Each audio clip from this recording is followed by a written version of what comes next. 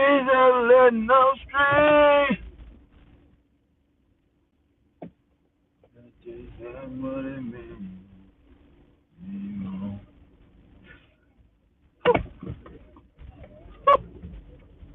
They're right.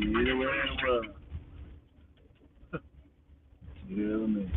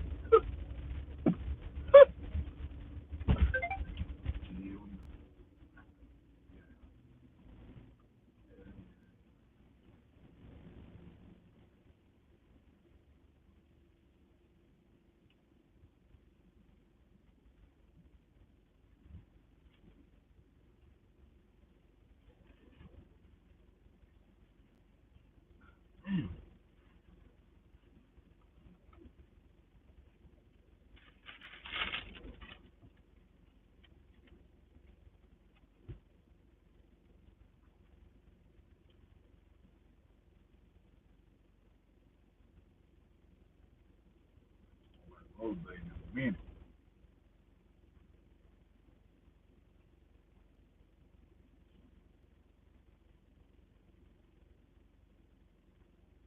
Gone, never mind.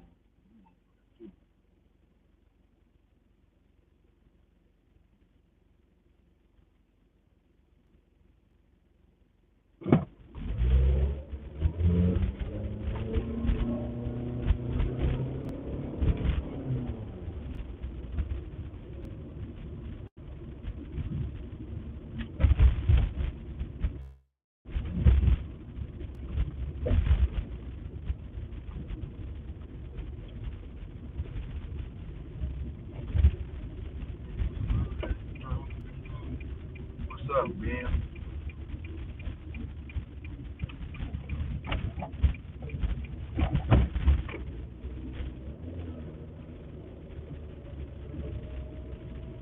What's up, Bishop? What's up, Brittany?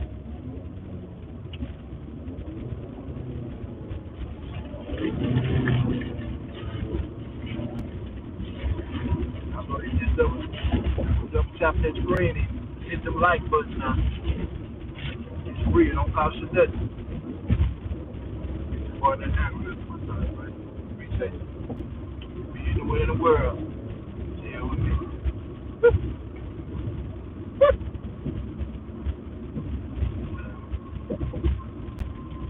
What's the deal, Kyle? What's the deal, Caleb?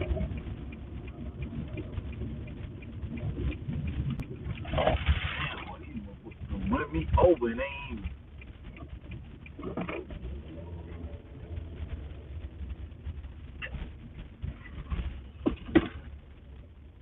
The customer requested you hand them the order. They added the following instructions. Hand it to me. Hand it to you. It is. All I need is night being handed to me. Give me last one. Give me last one. Yeah, about it tonight. And the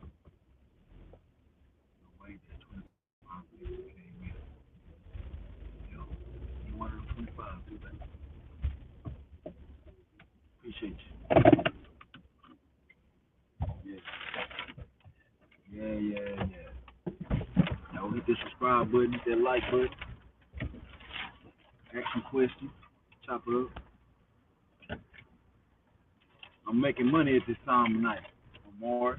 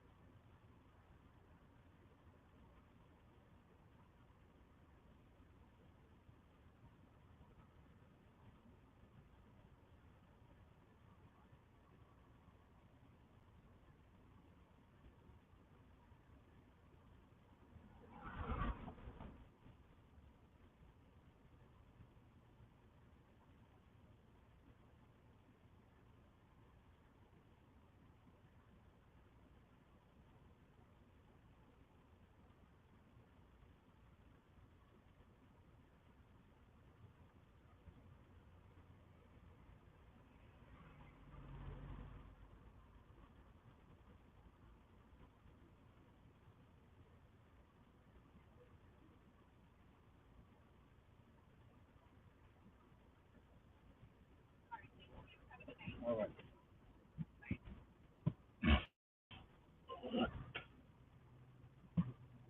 I can't stand this shit. They got hands to me instead of wasting my time. Just put leave at the door, bro. That's fine. Should be pissing me off, man. Holding it down, baby, man. Ran that money. Man, I made 150 my first shift. 8 hours early. I made about 150, 160. Ran it up real quick. And I'm on my second shift. I made 40. I've been getting some bad orders. Well, I took one order. I just got a $6. I just got a $6, but I'm just got a little thing. Man, DoorDash, they fucked me. It had $8, 6 mile ride. But Drive west on East 4th Street. when I confirmed the order, it was 11 miles. Ricky, they fucked me, bro. They fucked me down. Yeah, they did it, man. But they did it. I was mad, but I wasn't even mad. I ain't even care. I was just like, it's just something you can't do something about, but it really fucked up my hours. Try to get at least 5 hours to 6 hours a night. With 2 V10, 4 V12. I'm at least try to go to 1 tonight. Because I already know. I done missed it. They fucked me on that order. I should have, but I wouldn't have took it. You know what I'm saying? Lied. They lied on the order. They said it was only 6 miles, but when I got it, it was 11.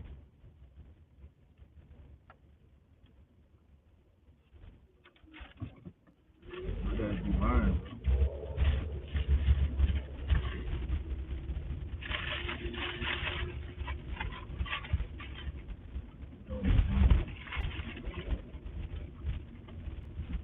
I was about to watch Hawaii early, but when I got ready to click on this channel, because I read this thing, it was like me, some shit, same shit to me. Like right now, money is for the future. What I'm doing right now is for the future. And I lost my phone, I was internet connection, so I just said, fuck it, I just jumped off YouTube and now I was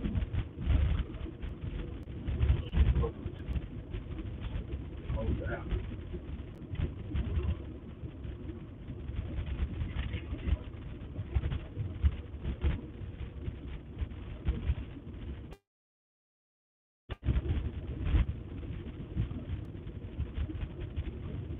I ain't going back to my vehicle.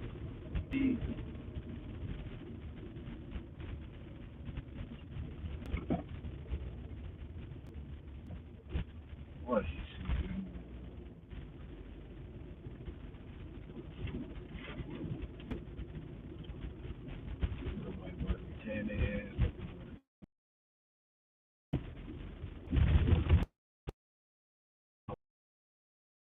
So I make they life careers and shit. I don't know what shit out there.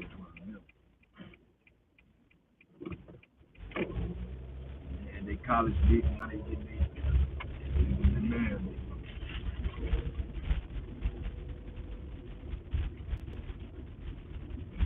White boy. And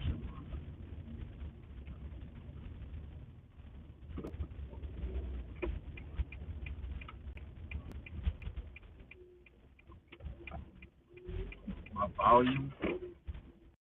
It's probably because it was on a Bluetooth. What about now?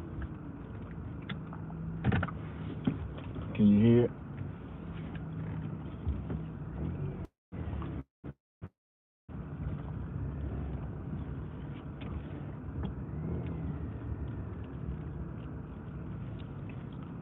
How good can you hear me now?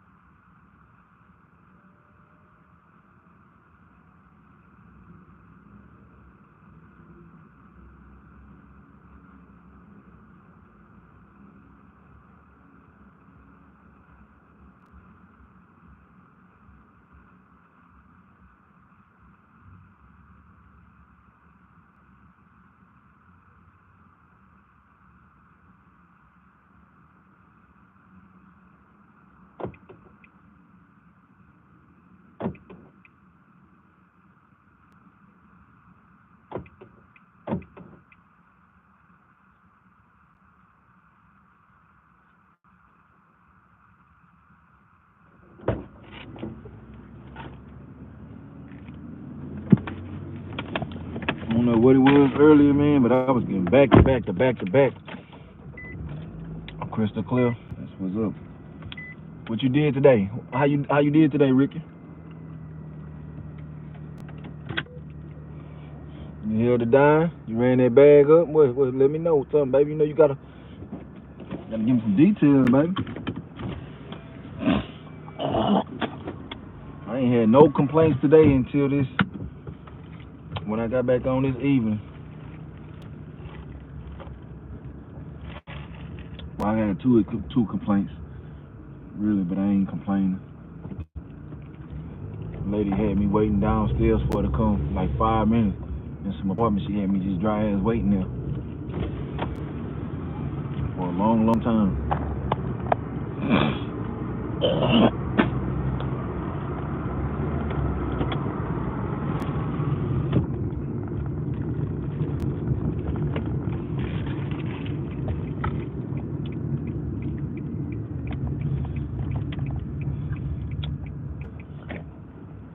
I was watching, what's her name? My stats right now. Shit accepted rate, 98 completion rate, customer rating 4.97, on time delivery 90. This was up. I ain't bullshitting.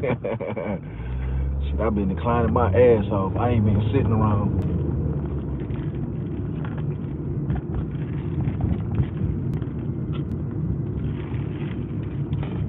But now, if I get a bad order, I'll time it out. But every time I get 71, I start making deliveries, and I drop it right back down to 70. And shit, the only time whenever my shit go back up to 71, shit, I'm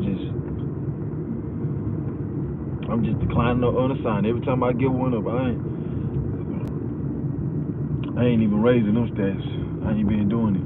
I do it around maybe Thursday and Friday, when I probably start raising my acceptance rate, like taking most of the orders, and timing it out around Wednesday or Thursday, getting ready for Friday. I have it up. It don't take no more than a day or two to get it up to 100. Well, not 100, but 99. Because at 100, acceptance rate at 100, that means you got to take. Damn, shit, boy. Yeah, shit. Because for 100, that means you got to take 100 orders in a row. 446. What is this?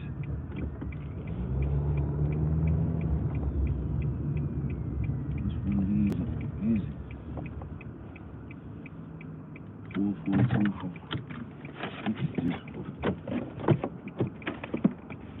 I'm getting a slow start. Put a little bit of overtime working on the farm. Had to clean the horses. Oh yeah, that's what's up.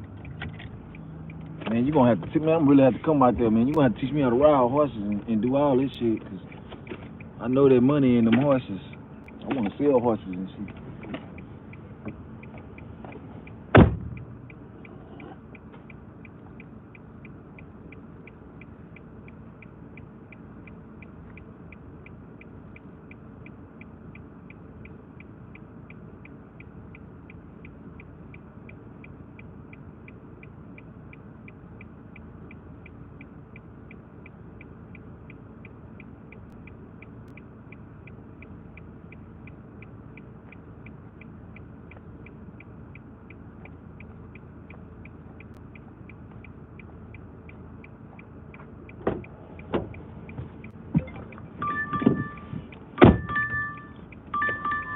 Yeah, all my homeboys out here, all they do is lie. They Drive north on Oxford Street. every time they tell me I'm gonna teach you how to ride, just come on. Every time I call them and tell them I'm on my way, oh man, I couldn't make it. I can't do it today. Oh man, my bad, man. I gotta do this and I gotta do that. I ain't even asking nobody, and it ain't but one or two of them. It's about 3 or 4 of them. They got my homeboys that raise horses and shit, and be riding horses all over in my hometown. So they all be having excuses, so I don't even fuck with them no more. And I met this guy he only was gonna charge me $20 a session to teach me how to ride a horse. I was like, damn, for real? I had DoorDash in my hometown, and I brought the food, and they was out there training the horses and shit. And I was like, bro, man, I really want to learn how to ride horses, man. Do y'all have classes or something? Or how much you'll charge me to teach me? He's like, oh man, I'll teach you, man, like $20. I'm like, for real? But even though my homeboys would have done it for free, it's just the fact that I thought that shit was expensive or something.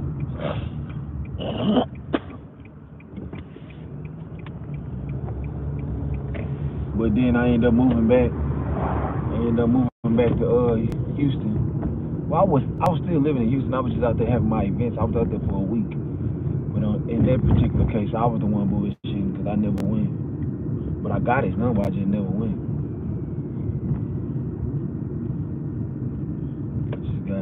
I just got tired of with my boxing events, so I just never pulled back up on them. But really, too, I stopped going out there too, though. I wasn't going out there like that much.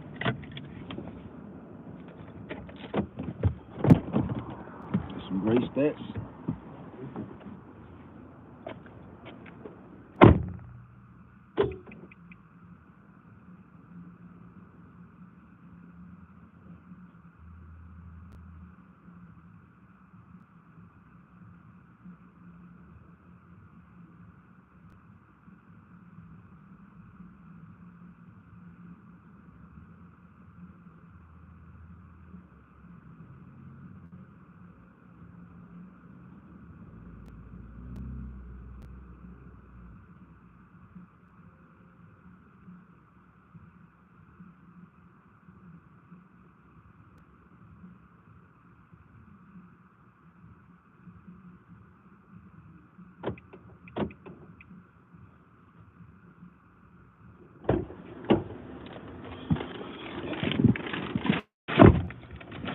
Just a bunch of shitty tippers out here, man. It's like it's undefeatable out here. It's too many people, man.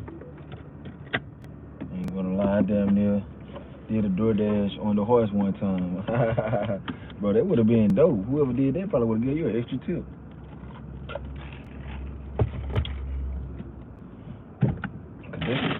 That sounds like some amazing shit.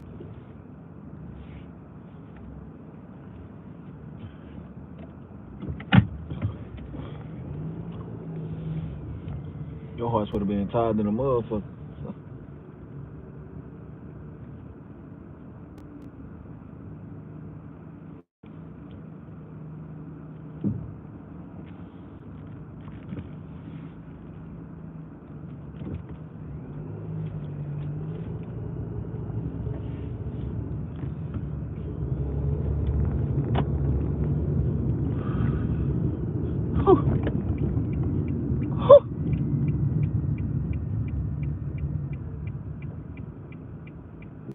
I had time this one customer.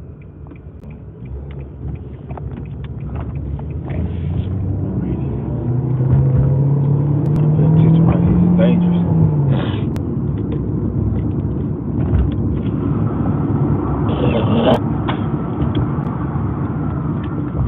That motherfuckers riding bikes and shit.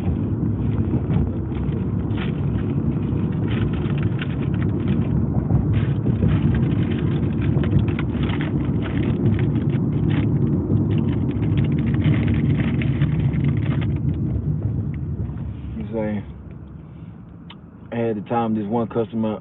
Oh, you had to time this one customer out. Are these two customers? It was a $2 order for two people, two different restaurants. Yeah, buddy. I put an extra 15 minutes on each order. They got their food fresh and cold. Goddamn right, motherfucker. Y'all think y'all got down. They starting to get it. They starting to get the picture too. I made a short about one customer. They was like, a person tipped $1.50 and talking about I tipped you.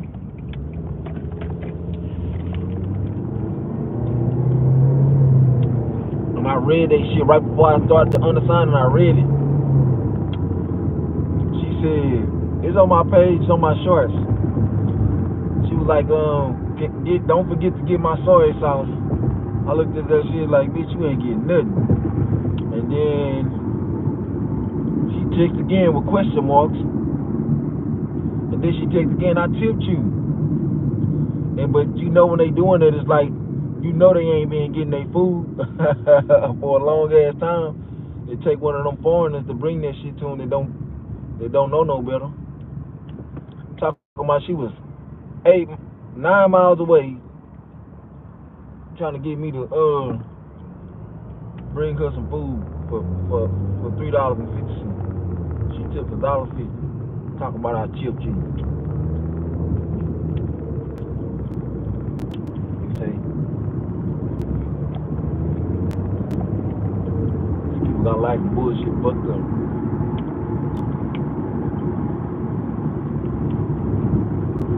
The only way I take a bad order like this right now, like $5 for 5 miles, is because it's going to a good location where I can get a good order. Other than that, I would have timed this out, but I ain't about to waste time when I know right here where I'm going, I'm gonna get an order immediately. So I'm gonna just keep the money rolling.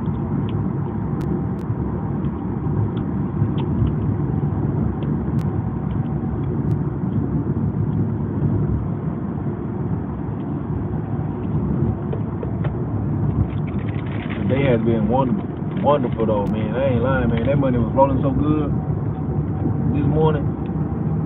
I'm talking about I was getting all bangers, man. But when I got back on this time, it was trash. They was sending me straight trash. Long ass ride.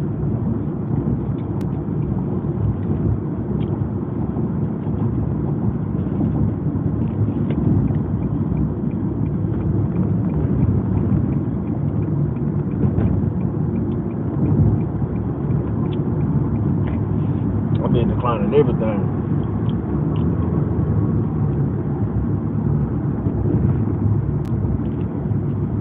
I use all my declines. I use all my unassigns because I refuse to do that bullshit. If I can have me driving $40 for $5 or $6. 40 minutes. This traffic be too bad, man.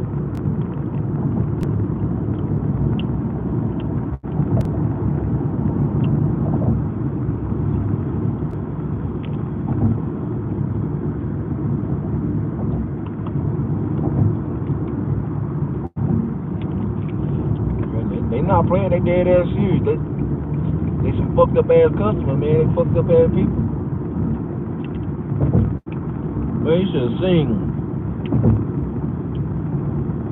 Bro, you should have seen the houses I was delivering to. These houses are so huge. These people was tipping $4 and $5, $2 really. I keep saying $4 and $5. They was tipping $2 and $3. Every house I was going to, the orders for $4 and $5. When I pulled up to their house, they all was living in gated communities and shit. Wow.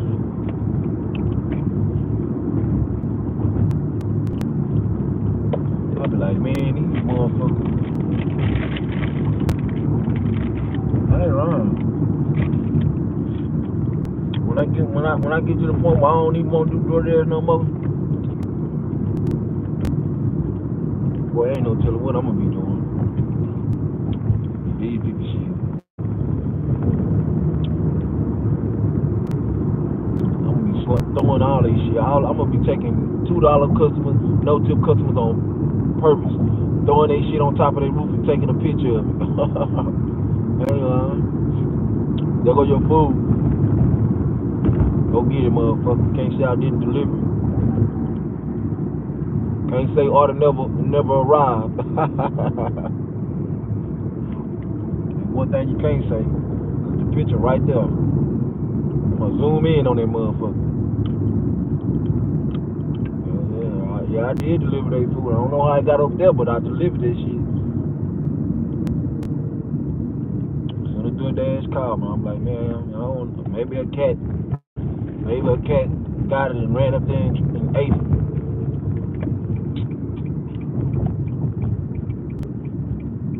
I'm gonna take the picture right there at their door. And then I'm gonna throw this shit on top of their roof.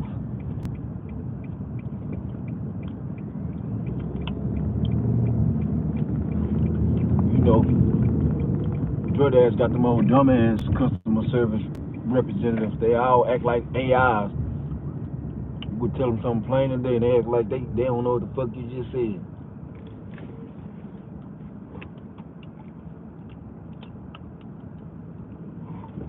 Yeah, man, they making you do magic tricks. Yeah, they want their food to appeal. If they don't know, they don't give a damn. They stay 20 miles for $0.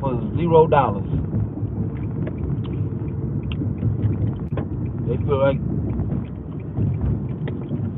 like we don't need to feed our families and we don't need to put gas in our cars. That's how they feel.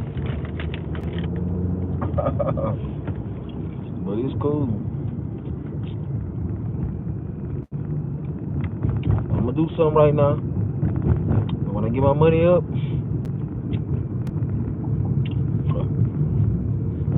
I'm gonna do a magic trick on their ass. Every last one of them till I get deactivated. I'm talking about when it's not like when I don't even need to do DoorDash no more. I ain't gonna just crash out.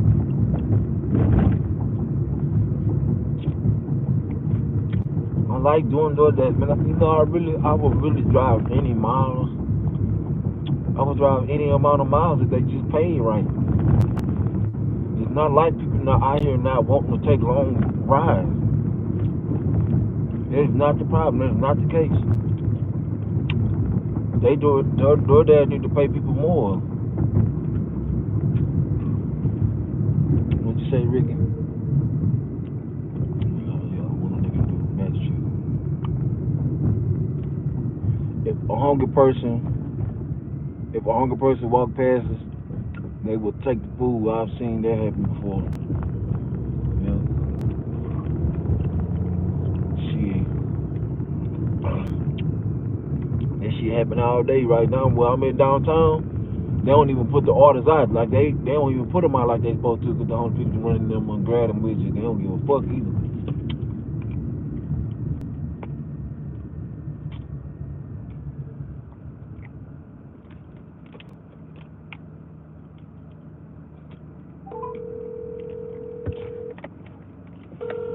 They'll run up in the restaurant and grab them, huh? Hello? Hey, this your Dash. I'm here. Oh, are you in the garage? Yeah, I'm about to make a right here on Holman. Okay, I'm coming down. Hey, you know how long you gonna be? Cause one time I came up in here. You know, I ain't turning up in here. Cause they'll charge your ass for parking in here. I ain't turning in here.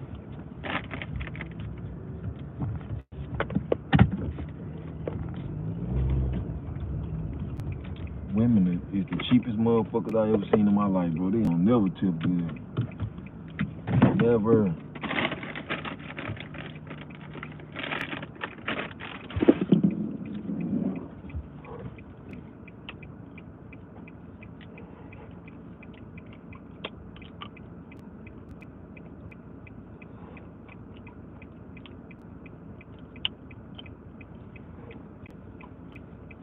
This the second woman I had to wait on. Damn, somebody said no to my pool question.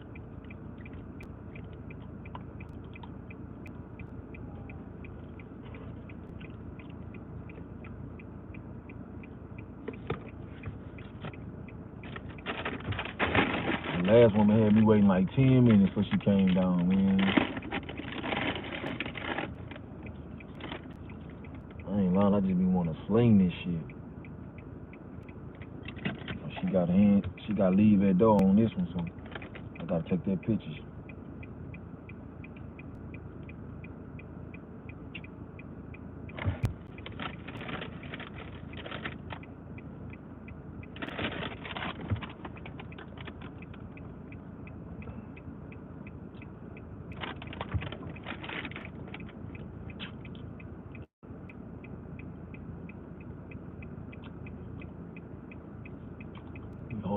See this shit, this right here have your order late, all other type of shit right here. Waiting on these people. Look how long I'm waiting on these people, man.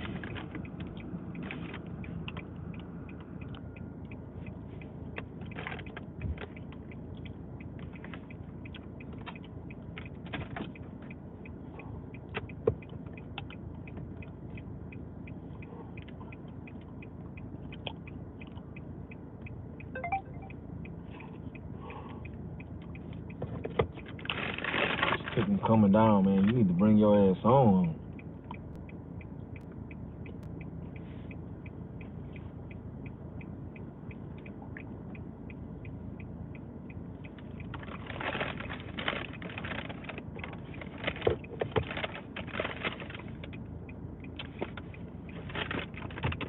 Man, I hate this shit, bro. That's why I don't like doing appointments. That's why I don't like keep orders.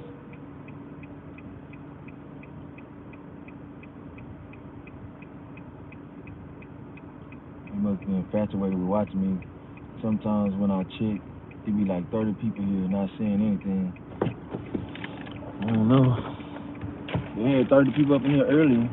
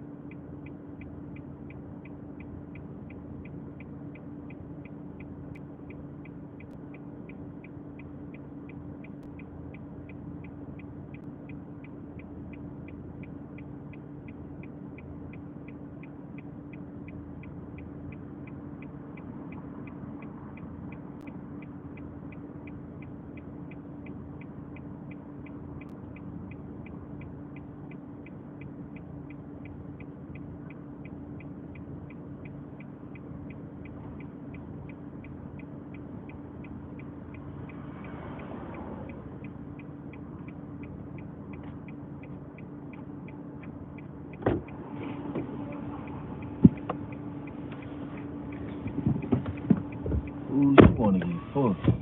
She told that nigga, oh, you wanna go to my place? She wants some dick. Let me show y'all these people. This Chinese girl right here. I was just getting in the car. She was like, you wanna go to my place? He's like, yeah. You got to eat that pussy up. She look good too. I'm about to tear her ass up. That's what I'm about to watch tonight. I ain't gonna be on live too long. I'm about to watch. I'm gonna be up a long time tonight. Last night kind of discouraged me. That's why I went here and took it in early. My whole ass law kept pulling me over.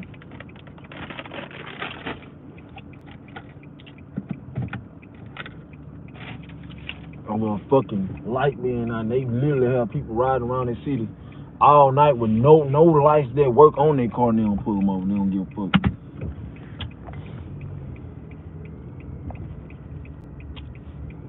What?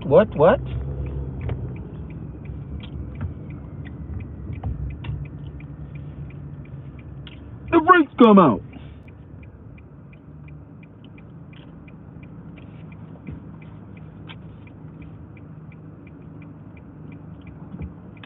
No, that's what I'm watching. I'm watching the wood. Y'all wanna watch the wood tonight? I'll turn it on. Y'all can hear it. I'll go live on my other phone and we can watch it together.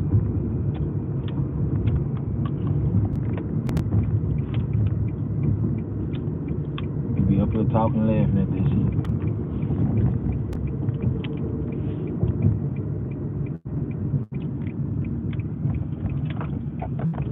Just got a Ramsey's order for $7.50 for 3 miles. So we about to go shop right now.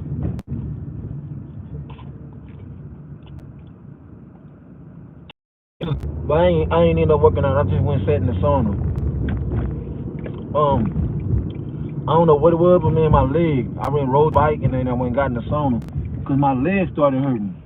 And today was leg day, and I don't know, like my groins was hurting. I don't know. I haven't done anything for it to be hurting, but I just stayed off of it, man. I just went just stood up on the bike. I ran the bike. I usually go run the treadmill, but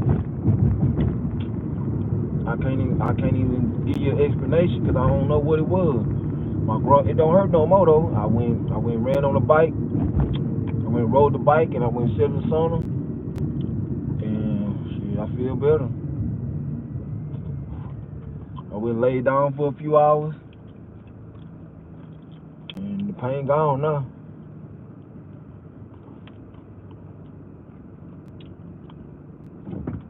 Yeah, we ain't getting up there. We up there, baby.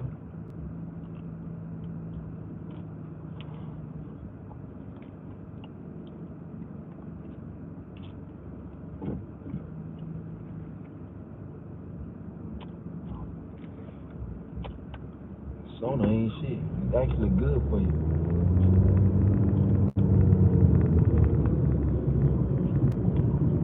I recommend everybody, no matter your size, to go in the sauna. If you got a gym, to go in the sauna every day. You're supposed to. That's why a lot of people are obese and stuff today, because they don't sweat. But to get that's why people be having all these fucking diseases. They be thinking they eating right and all that, but you can. But if you don't never sweat, how you think you're supposed to get all them toxins and shit out your body, man? People don't understand.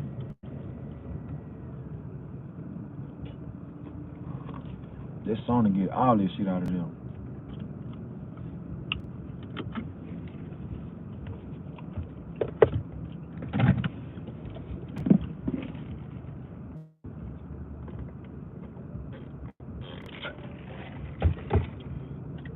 No, I don't know if it tightens. I know it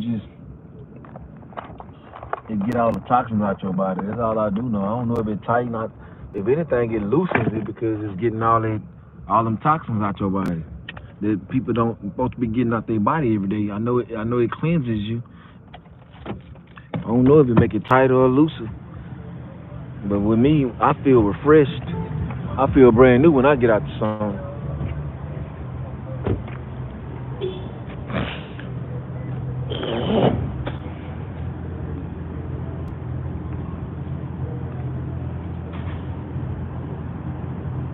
It's all these people want.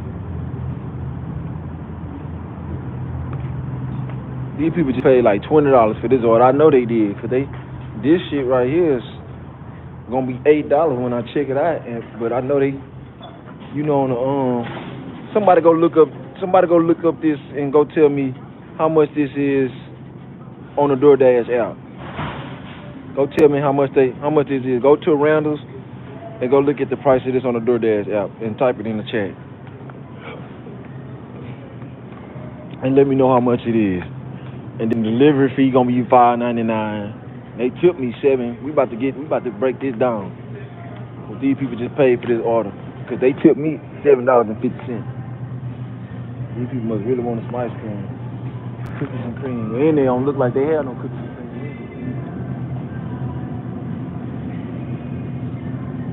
Oh, here you go. Dream on, dream on, dream on, dream on.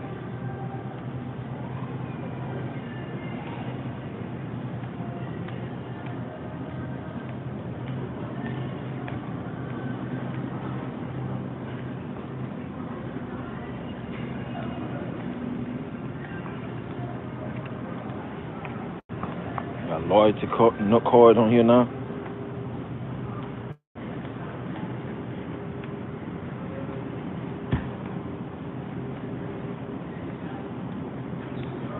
Yeah, man.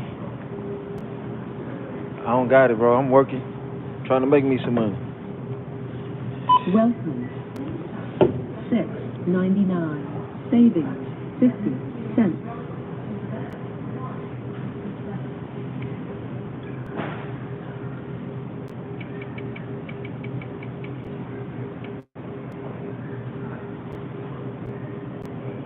Your card has been accepted. Your total is $7.03, and your savings is 50 cents.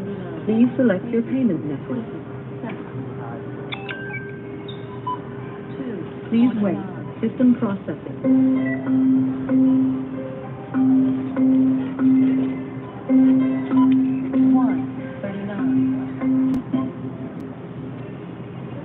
Please remember to take your receipt. Thank you.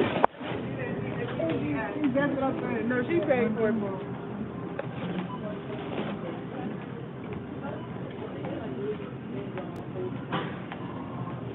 Drive northwest, then turn right onto Louisiana Street. Oh no, see, they got more than one thing on here. I didn't know that. They got another order. They got some food on here. $7.49. It was $7. So what? It was a extra. Oh, they paid $1 for it. They paid $1 for it. Yeah, that's about right. $8.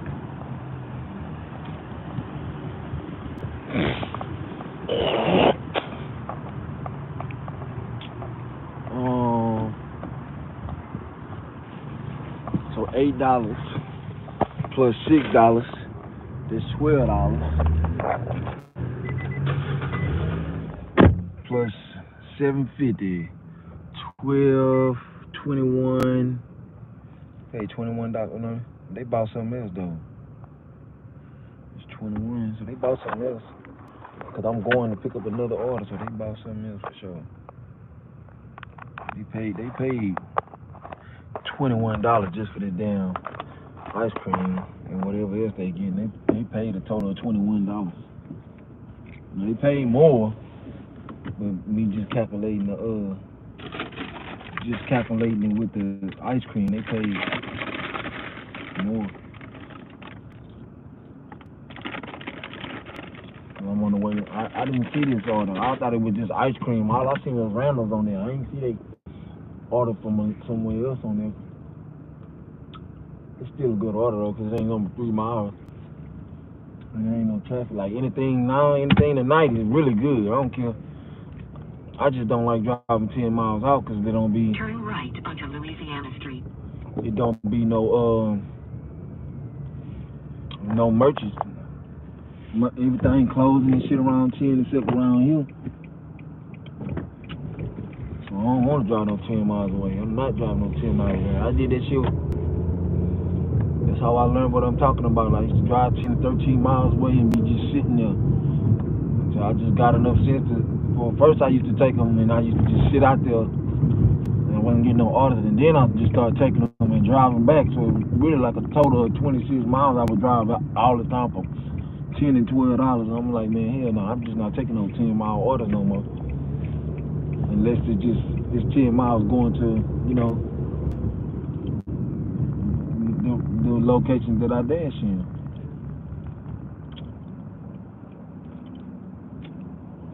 Man, you know what? You know people lazy, man. I showed you how them people was, they right on side of HEB last night order. But you know what? I never eat from Chili's again, man. Ever in my life, I will never eat from Chili's again.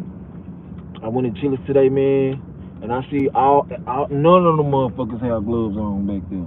Not one person, not no managers, nobody. And they were just touching all over them people's fries and shit. I was watching them. I'm like, ooh.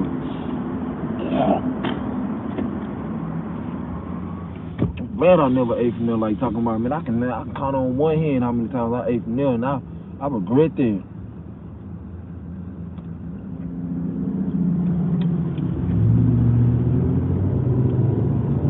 After the day, what I seen, I'm talking about multiple people touching on their food with their hands. I'm talking about they fries. You know how the fries be in the pan? They cook a big old pot of fries. So she was scooping them on the tray, the people tray with her hands. Like she wasn't using those spatula or nothing. She was using her hands, bro, like her bare hands. The people was putting the burgers together with their hands and shit, touching on the people's tomatoes and shit with their hands. Boy, that shit pissed me off watching this shit, boy. I'm like, man. And then me knowing I'm delivering that shit to people, like, they be worrying about the dashers, man. They need to be worrying about them stoves.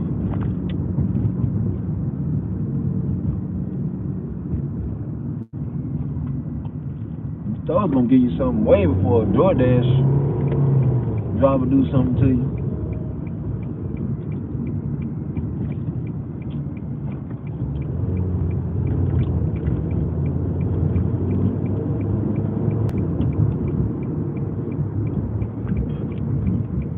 Nigga gone like he in the Fast and the Furious in front of me.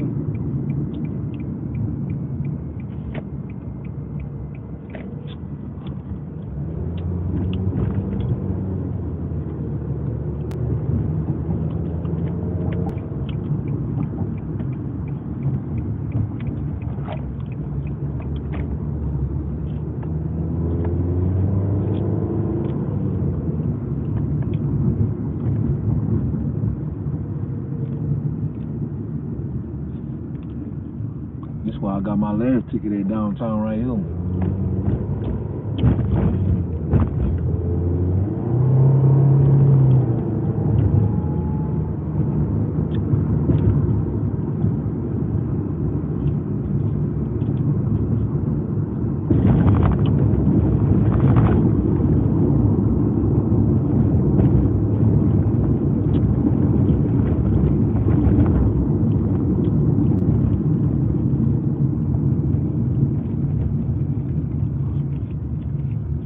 Just a notoriously slow ass store right here where I'm going, man. I ain't coming here.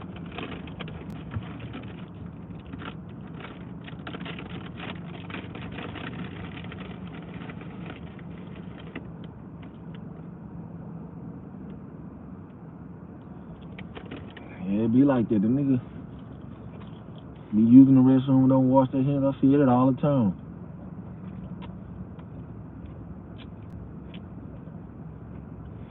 I see them white boys do that shit all the time in the gym. That's why I stopped going to the gym for a long time, man. Like, I stopped going to the gym, a public gym, for like a year one time, because I be catching them niggas looking at you. Like, niggas be looking at you, bro. And I don't want to hurt nobody, so I just stopped going for a long time, because I feel like I don't give a fuck the next person look at me. And them niggas be walking around the gym, ass naked and shit, with they dick outs and shit, man. You can't even go take a piss in the gym nowadays, old ass niggas, pervertic ass dudes. They be walking around like with them little scrawny ass dicks. You can't help but look at it, because them niggas just be walking dead in your sight. You know how when you try to look away, but nigga, they done walked in you can have your head down, they can walk right there. Niggas be sitting down, just butt ass nigga, you walking, they right there in your sight. Hating that shit. They be having them hoes in here. I'm gonna take y'all with me. That shit just be too uncomfortable, man. Them dudes be too uncomfortable doing that, my nigga.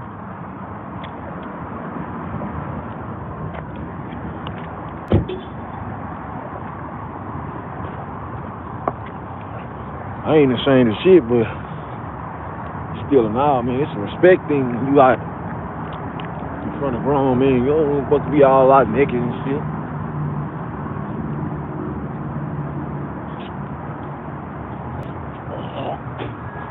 I didn't mind, like, when I play basketball team, because that's my brothers. I know these people. We've been knowing these people my whole life. We a team. It's different. When you out in public with a bunch of strangers, man, you ain't supposed to be ass naked.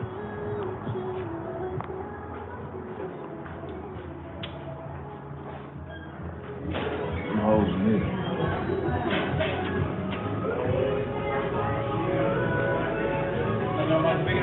Yes, sir. What's the name? Millen. Mullane.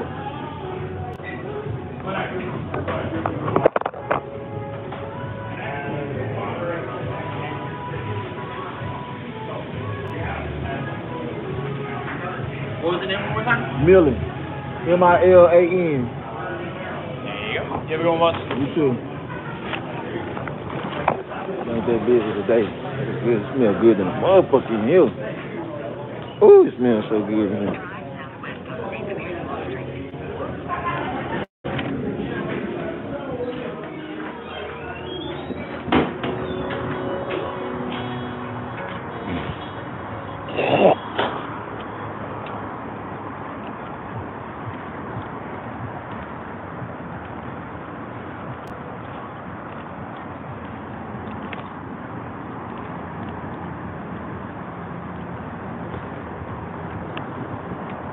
I just finished eating and I don't eat that shit. There's burgers and shit. That's like a burger stop. They don't have nothing vegan in there. I ate 2 bean burritos, 2 grilled bean burritos from Taco Bell tonight. I'm good.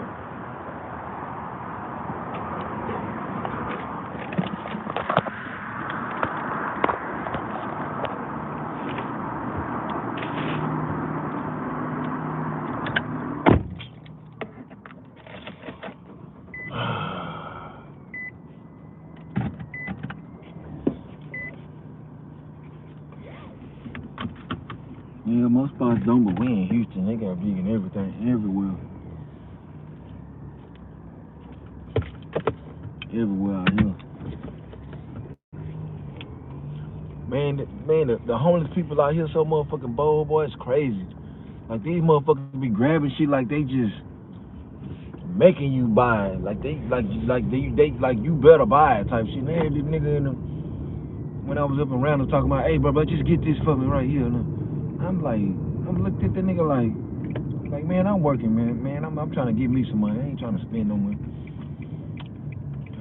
I'm up here working. I'm working for some money.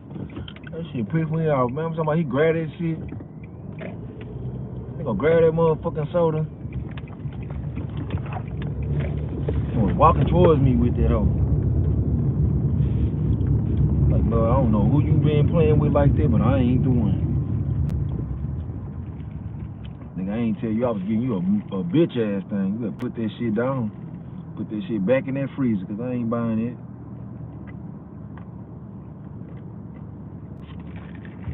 Then they be talking to you like they know you.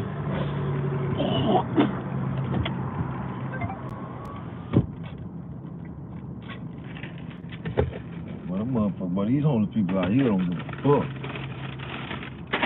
They bold. I didn't watch the home people. Like, they'll go in the store.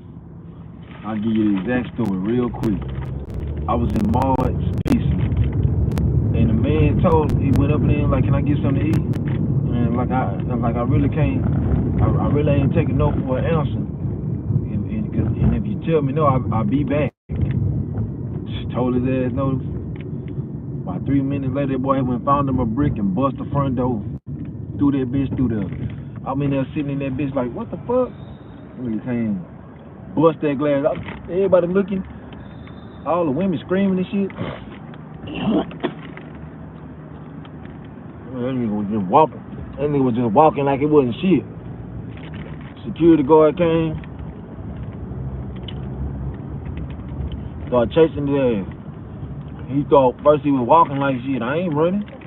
And as soon as the security guard started acting like he was about to start chasing, that nigga took off on his ass. Burnt the fuck out the security guard.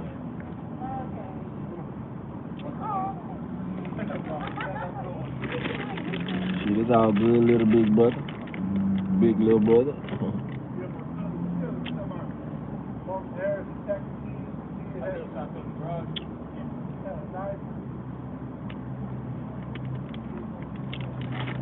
Yeah, you would have had to steal it. You would have had to steal it fucking with me. Bro, I don't give money to panhandlers no more for the simple fact I watch, and I always give 10s and shit. 5s and 10s. I don't give a lot. Nigga can't buy no meal with no if he wanted to eat. But I watched the white boy go buy some motherfucking drugs with us. So I said never again. Man. I used to give money every day when I first moved to Houston, cause where I'm from, it ain't a lot of homeless people.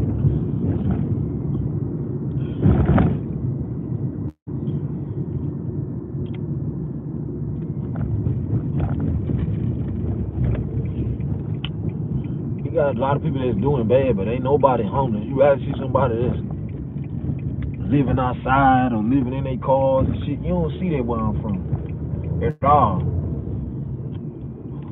When you see somebody that's homeless, they just out there because they want to be. They got somewhere to go. That shit ain't running rampant where I'm from.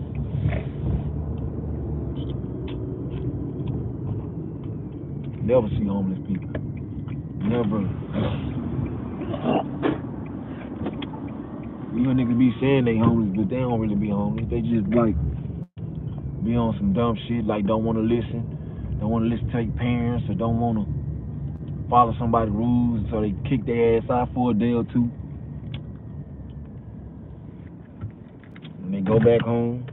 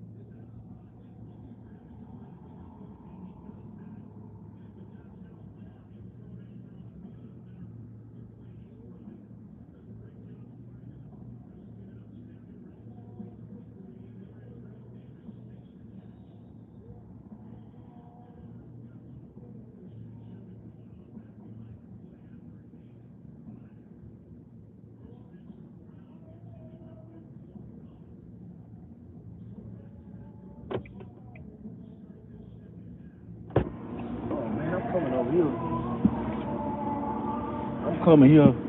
Look at this, man. Look at this shit, bro. Chris. Ooh, I got a large order, y'all. Chris, boy, you my good luck charm, my nigga. As soon as you come up in here, I get a banger. Look at this, bro,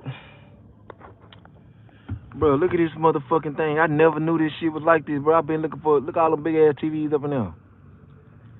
1 million of them bitches. I'm gonna go live up in here one day, next big fight. Matter of fact, for the David Benavidez fight, I might actually go up in there and watch a football game, and I don't even watch football. No, you know what? I'm going up in there for the big basketball games. When they got big games, I know they're gonna have the Rockets games on in there, but we're gonna be going live at the Rockets game. You know what I'm saying? Drive southwest on Caroline Street, then turn right. We're gonna be in that thing, but the stream might be shitty though, cause there ain't no service in there, and they don't got no Wi-Fi up in the stadium.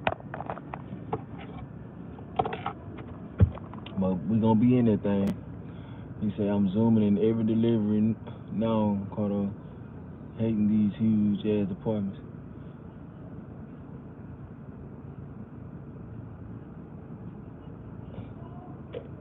Yeah, man, bro. Man, let me tell you something, man. I'm about to teach you how to time it out. You ready? Tell me you ready when you ready to hear this. Yeah, wait. Let me tell you this. What? Do your brother account got Platinum Dash on it? Yeah or no? That's the first thing. Answer that. Do you got Platinum Dash? I'm about to teach you how to time my orders and never take an order that you don't want again.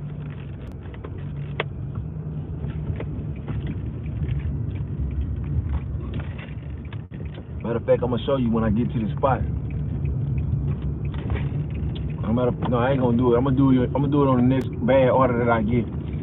Cause I just got a large catering order just now.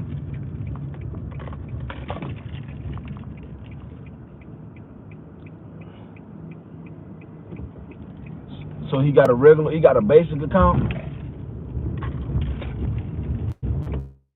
How many deliveries? Why he ain't got Top Dash? So what's your ratings? Tell me what's your ratings right now. Tell me your ratings and tell me how many deliveries you got.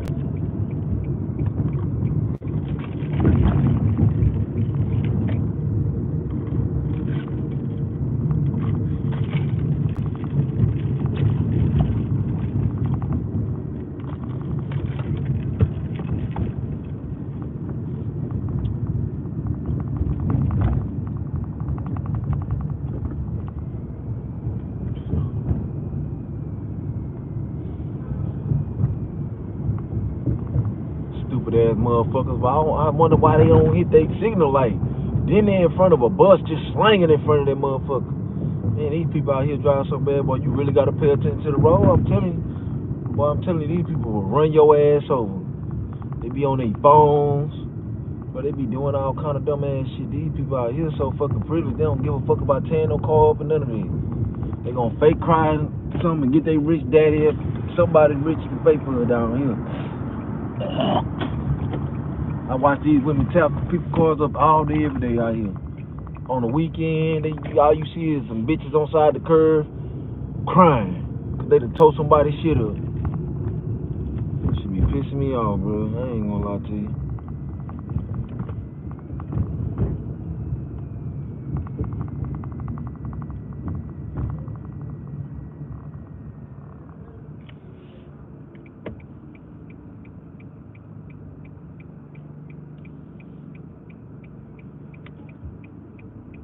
See him, I give him some money. Cause he be working his ass out and he be holding them cars up for oh shit. That's a good spot right there. Hold up. Wait a minute. I'm gonna give him $1. Cause he be working his ass off.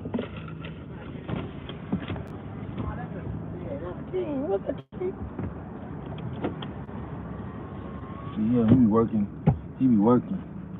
He don't be begging, he don't beg for nothing, and he don't let people tow your cars. None of that shit. Let the tow truck come out here and try to. He got 35 deliveries on the account. Damn, 5-star. Yeah, none of that. Man, you keep your ratings up above 70. You know what I'm saying? Keep your customer rating up. And that little Mexican bitch fine, boy.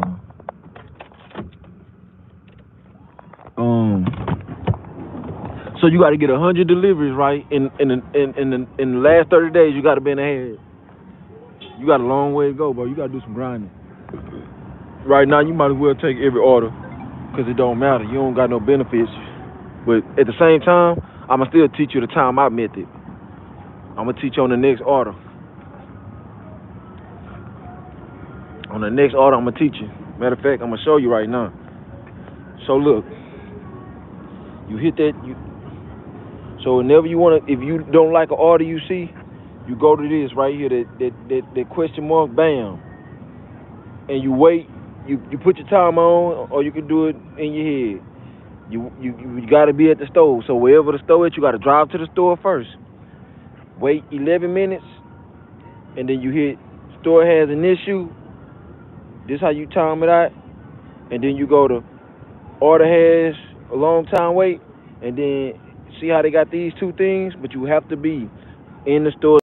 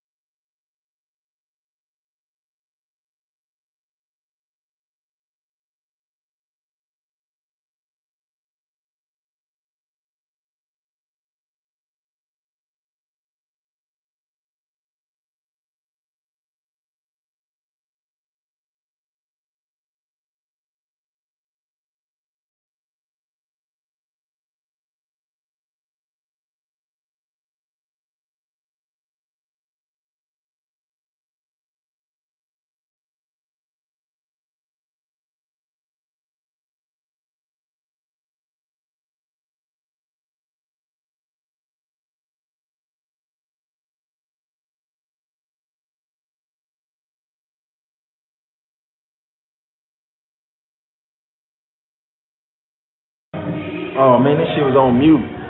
What's the last thing you heard, bro?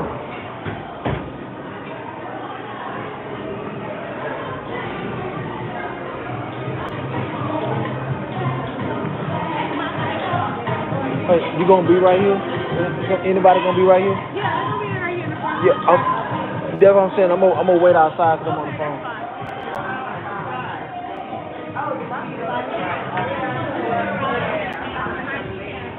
So what's the last thing you heard? So beautiful. Okay, about time not to order. Okay, hold on, I'm about to show you. I must have accidentally hit the Okay, so look, if you don't want to order, like you get a bad order and you don't want to do it because it's too far or something, you go ride to the store wherever they tell you to pick it up, and you wait 11 minutes. Put your time on, put on 11 minutes. It's really 10-minute time out, but sometimes 10 minutes don't work. So that's why I say put 11-minute time on, because sometimes you might start playing with your phone and shit, and you been to let 20 minutes go by because you didn't forgot the timer, and you don't want to waste 20 minutes because you didn't forgot to go unassign it. So you hit this, store has an issue, and then you go to order has long time wait, right? This after the 11 minutes, you see how they got these two options? When the 11 minutes go by, it's gonna have another option right here that says worry free, unassigned, and it's gonna be green.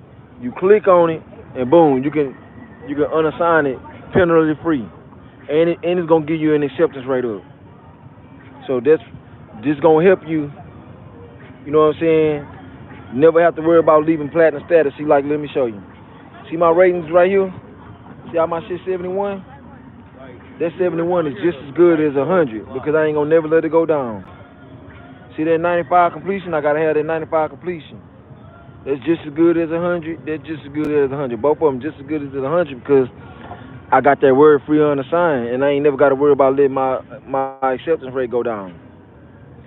Just yesterday, my shit was at 99. Look, it's at 71. I can get it back up to 99 anytime I want because all I got to do is unassign. And I only take good orders. You know what I'm saying? I only take good orders. If it's a 10 mile for $5 or some shit, I ain't taking that shit. I'm going to go sit at the store, unassign that shit. Sit at the store for 11 minutes and unassign that shit.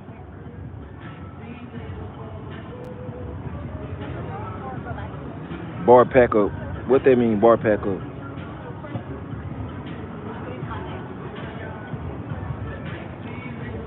But you gotta know you gotta get them 100 deliveries for this month over. If you don't got them 100 deliveries in that month, it don't matter if you got all the ratings. You can have all good ratings, and if you don't have that 100 deliveries in a month, they ain't gonna let you get top dash. Yep. Yep, 100. And make sure you do this whenever you. I don't know if you know about this, but whenever you picking up orders, always hit that waiting for your order and click all these bitches. There's something else you don't gotta put that with. I always click that way. If you late, if the customer complain about something that they ain't had nothing to do with you, that you won't get marked for it. It don't matter. They not gonna count you for it. There's anybody that's just started, always do that. And if you always want to keep a good customer rating, you know that bag that you be in, that red DoorDash bag, like take the picture when you dropping it off. Whenever it's leave that door, take the picture with the bag in it, right? And then take the food out and leave it there. But take the picture showing them that you got it in the hot bag. That's the hot and the cold bag. So if they order something cold and you dropping it off at their door, put it in that bag. If you dropping it off something hot, I'm telling you, they increase your tips, and they make the people, they show the people that you out here doing your job. Like, so me, I purposely get bad ratings for bad tippers like me, but I don't give a fuck because I know how to get my customer ratings up. I ain't gonna never let it go below 4.9. You know what I'm saying? Unless I'm just out here tripping. But I always purposely get a 1-star rating on purpose because I can always call DoorDash like every week. DoorDash let you remove 3 stars, 3 bad ratings every week. But you gotta be a platinum dasher to do what I'm talking about right now. Like every week, I can remove 3 bad ratings. Anything under a 4-star, I can remove it 3 times a week. So if I get 3 1-star ratings, like say today I get 1, I can call DoorDash right now and they're gonna remove it. And say tomorrow I get 1, I can call DoorDash and remove it. And the next day, after that, I gotta wait till the next week before I can call to remove it. You know what I'm saying? So these motherfuckers down here, like say for instance, this hotel right here, the motherfucker stay way up there and he tipped $2, right? I won't bring it to his room. I just drop this shit off at the front desk and take a picture and leave. And you know he gonna give me 1 star, but I don't give a damn. Cause I'm gonna call. You know what I'm gonna do? I'm gonna call DoorDash, and they gonna remove it. I don't be giving no fucks.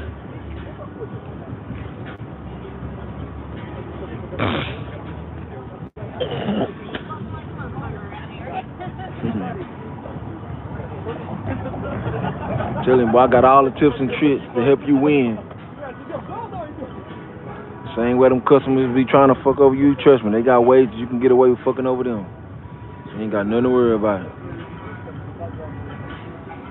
I'm telling you, when my channel blow up, everybody gonna be saying thank you. Everybody come over here, I get them straight facts. And then another thing I could tell you how to get a lot of delivery fast. On the sign, like, let me show you. I can't show you right now because I'm on the order. But you know how when the order come and they got the directions to show them where it's going, and you can see if it's a house or an apartment. Like zoom in on it and see if it's a house or apartment. Now the key to this, to get a lot of the deliveries done fast, is just drop off at houses. You know what I'm saying? And if you got some unassigned, a lot of declines that you can get, like say if you 90% or 80%, decline that shit as soon as you see if it's not a good enough order for you to go to an apartment. Just go ahead and decline that shit, because you know them apartments gonna have you up there all day, 20-30 minutes. You know them house apartments. I mean them houses. All you gotta do is drop that shit out, get out the car, drop it off at the door. So that's all I really do. Like when I'm trying to get a bunch of deliveries and trying to build my acceptance rate up quick, I unassign every apartment. I don't even waste my time going to them because they take too long. Most of them take too long. Like every apartment I went to, I had a problem today. But I ain't tripping because I made good money early. My first half of the shift. My first 8 hours today, I made about 160, so I wasn't even tripping. 150, 160 around there. I really don't remember. So I wasn't tripping on them fucking over my time tonight. And then look, I done got that catering order. It all worked out. I ain't even tripping. But that's the key, man. That's how you stay efficient. Boy, it's about to scratch.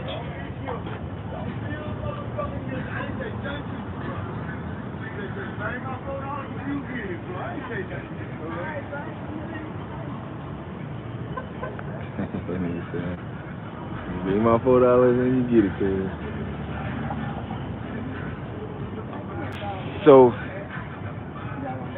nah, you just take house orders, man. Just take house orders. It go down out here, I'm telling you. Look, he asking them people sitting down eating for some money. Look at this shit. This nigga crazy.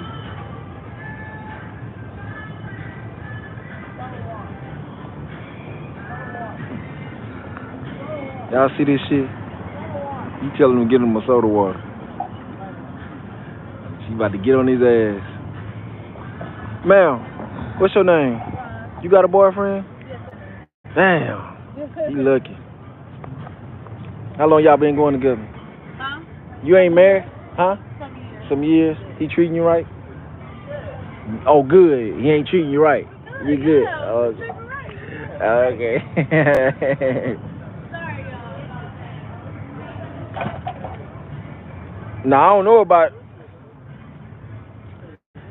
about Uber Eats. I don't know no tricks on Uber Eats.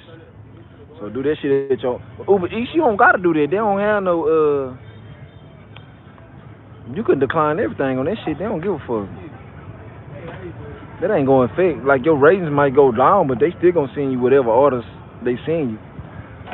Uber Eats, they love it. You like, see, DoorDash. The reason why I tell you to keep your acceptance rate on DoorDash because that's how they determine if they give you good orders or not. Like, even though they still gonna be sending you shitty orders when you got good acceptance rate, that's the only way you're gonna get good orders. You know what I'm saying?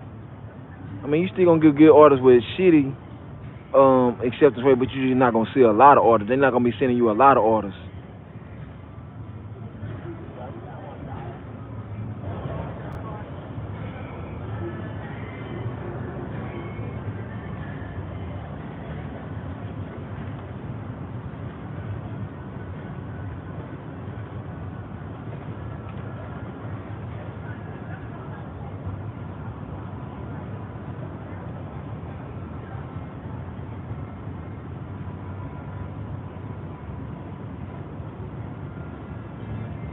I ain't know. Shit, I ain't, man. I've been deactivated off Uber Eats so long.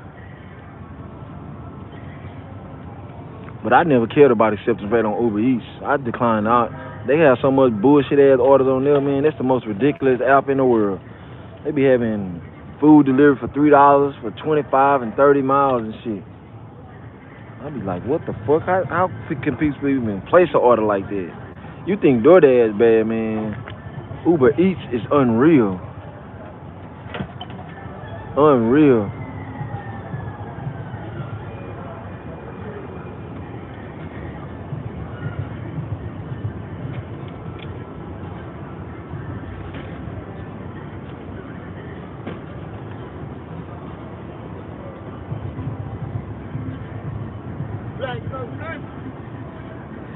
Diamond, gold, and platinum.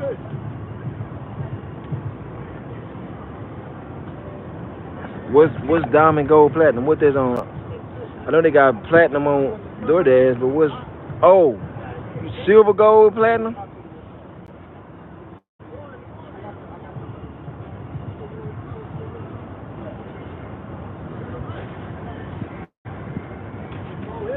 Oh, yeah, my acceptance rate on Uber was 0 on that bitch. I declined. I never accepted no bullshit on there. Cause Uber gonna always send you orders. They don't care about acceptance rate. They gonna send you orders regardless.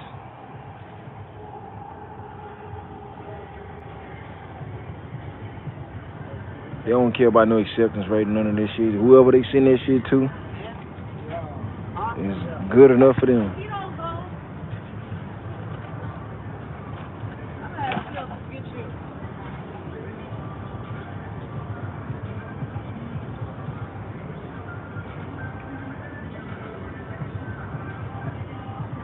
This shit like Grand Theft Auto out here, bro. Y'all see this shit? What's the name of your order? You got up to go, right? Yeah. I wish I had you to go.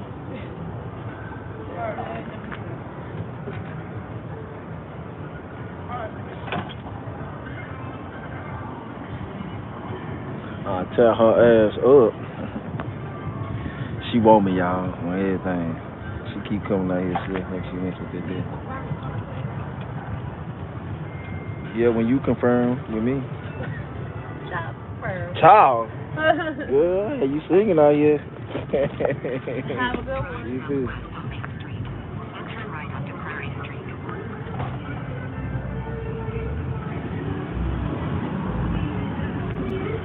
I see how your boy be working.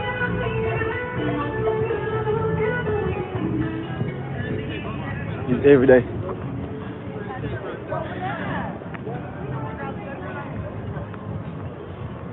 This a catering order right here. This was a catering order.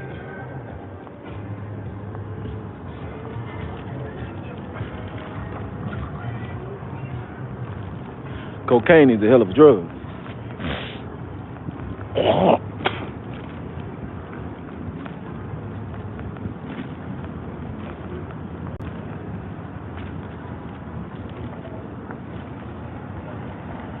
This shit right here probably about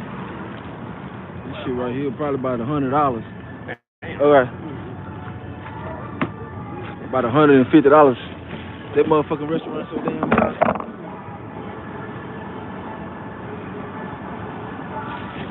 I went up in there down there. I ain't seen shit up in there that was under $35. I seen a bunch of shit for $75, like little regular meals. And that's a black owned spot too though. Look good, getting down. That's Grand Theft Auto out here. Shit, man, you go downtown. For real. Non-stop action. Sometimes I go buy a bunch of food and just go get Romeo Santana. Oh yeah, they gon' copyright my this live. I forgot. I'm supposed to be putting that shit on pause, but I don't give a damn. I ain't monetized. It's just like, see, when you get copyrighted and then you do get monetized, like all my streams that got that's flagged for copyright with music on it, they not gonna pay me for it. And none of my streams ain't got no lot of views. They ain't gonna be giving me no more quarters. For all these, every time I go live, I probably make a quarter off that shit for all these hours. See that's why I give him some money. See how he back there? That nigga he get you out of there. He stop them cars for you.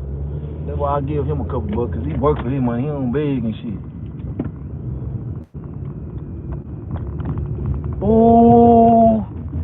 Oh, y'all just missed it. That girl slapped the shit out that nigga. That nigga about to hit her ass with that stick. Damn, this shit funny out here, cuz she slapped the shit out that nigga for nothing. That nigga had that stick, that nigga say, bitch order. That shit was funny as hell. Man, I wish I had that dash cam. Y'all might not believe me, boy, but y'all can really get y'all dick sucked out here for $1. $1, you can get your dick sucked out here. I ain't even bullshit. But you gotta be a nasty motherfucker to let anybody put their mouth on your dick. You really gotta be, man, you gotta be, you just some crazy work. You let anybody touch you out here, one of these homeless people. These motherfuckers really live outside 24/7. And these arrogant homeless people out here, like, I'm for real. Like, one time I had an Airbnb, I ordered it for a week, right? But I end up, my apartment came up, right? Cause I was on the stand up in there, cause the lady said the manager was gone and I wasn't gonna make it. She didn't know she was gonna be back, and she said she was gonna be gone for a week. But long story short, the lady ended up coming back, and I ended up moving to my apartment, right? So I was walking down the street, you know what I'm saying? Because I thought I was just gonna be staying in an Airbnb till I got my house, right? So I was walking down the street. I was like, "Hey man," it was a homeless guy. This nigga was talking crazy as fuck. I was like, "Hey man, I got a house down here. I got it for the whole week. If you want to stay there at night, you can go stay there." Like, I stay on the street. I was like, I understand it, but I'm telling you, if you wanna go take a shower, go, you know what I'm saying, go get in a hot bath, I'm saying you can. Just go right here to this address, 1236, and you got it for 4 days, because I bought it for the week. You know what I'm saying? I can't, if I cancel it, I'm just losing my money. I don't get no refund, right? He's like, I stay on the street, you know. I'm on the street. And I was like, you know what I'm saying? He was arrogant and talking shit. And you know what I said? I say, all right, sir. I was like, man, I see why you where you at right now. I see you right there.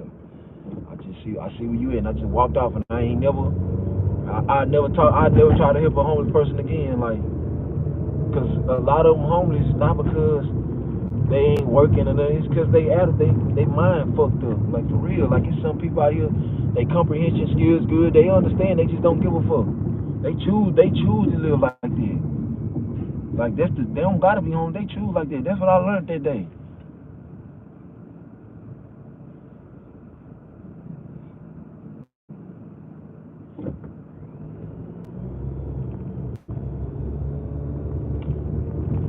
Sad, bro. Shit's sad. But at the same time, I don't even feel sorry for them, because shit, they don't even want help. They want to be there, so how you gonna feel sorry for somebody that want to be there? They have it like this, so shit. It just shocked the fuck out of me that a nigga was acting like that towards the nigga that's trying to help him. But I started to see if he would have took some money, but I was like, nah, I ain't even. He already mad. I ain't trying to exchange no more words with him. Oh, I see what he's saying. Texas playing today. Yeah, they playing right now. I got you, Chris. Yeah, I seen it. I was watching it just now. When you said Texas, I ain't know what. I'm like, what the fuck you talking about? You talking about the Houston Texans? Oh yeah, and that's why I got that big order today. Yeah, they watching that game. That's what they do too. They order these big meals to watch the game.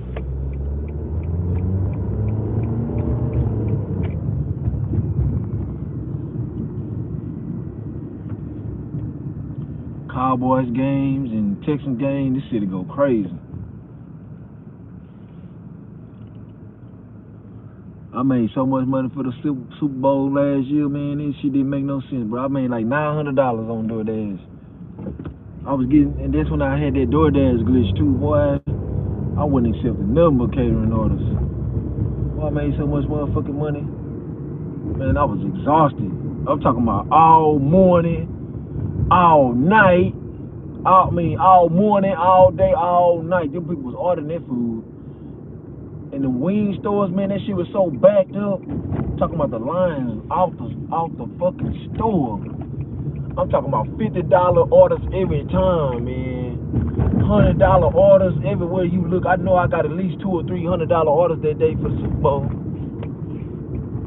Man, that shit said very busy from 6 a.m. to motherfucking 4 a.m. the next morning. That's how busy this city was for the Super Bowl.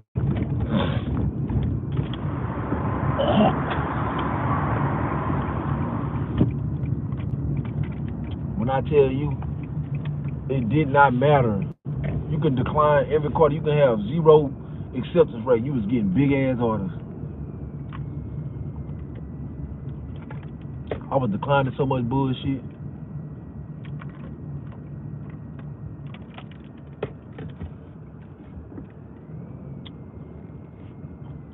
Man, I hate coming here, but I ain't never know where to fucking park.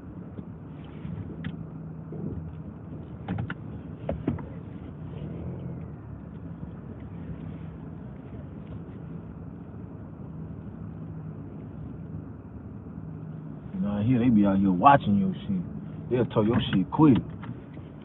That's why you don't see no cars up in here.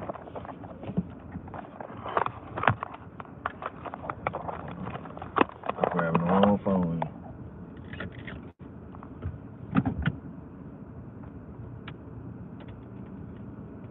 Some people don't even make 900 and they, yep. Now they was just that's just that one day a year. Shit, you can do that shit on DoorDash.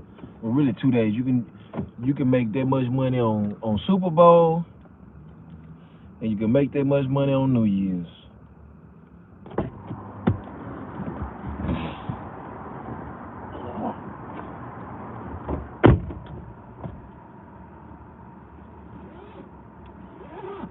I could have made more though. I know I could have made over 1,000 that day, but I around like when the Super Bowl came on, I started working. I had made them 900 and like it was like 6 or 7, and I stopped and I went and got dressed my damn self when we watched the Super Bowl.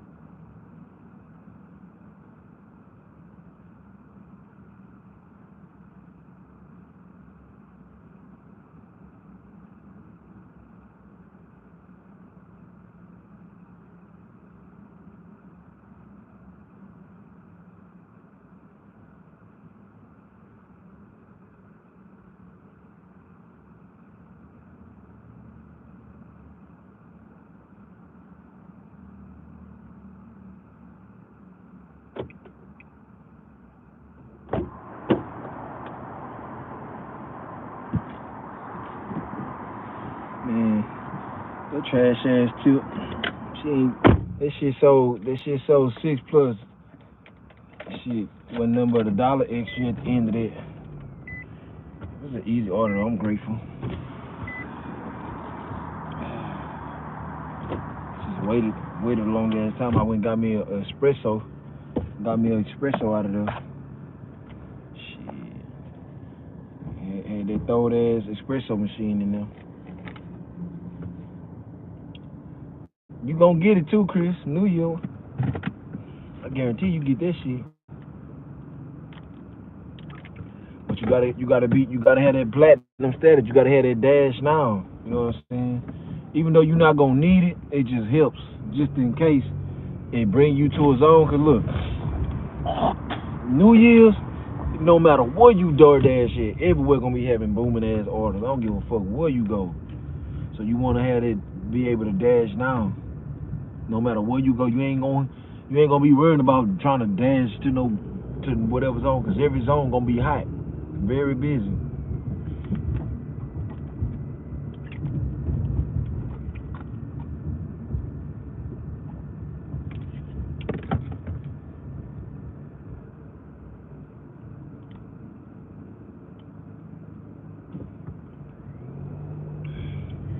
This shit easy to get though. 900, 1,000. I could have got way more than 900. I just stopped to go watch the football game myself. That's the only football game I watch. I don't watch football. I'm good at it.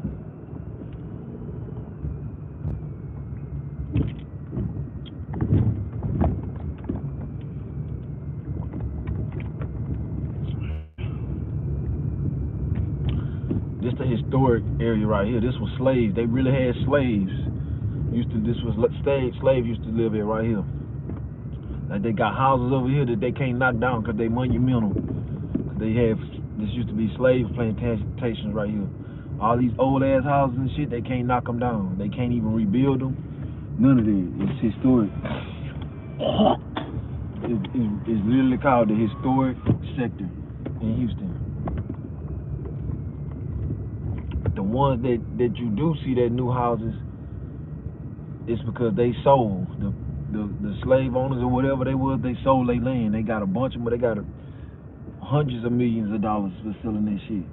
But all these houses that you see around here used to be slave huts. And some of them didn't sell like. And they still got the little small slave houses. Look, I'm about to show y'all one right now. I'm about to show y'all right now.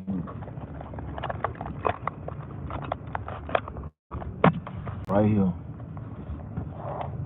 Got one right here. They had another one. They must have tore it down the soldiers, but this one of them right here. Two of them. This little slaves really used to live in here. There go another one. Look how old they is.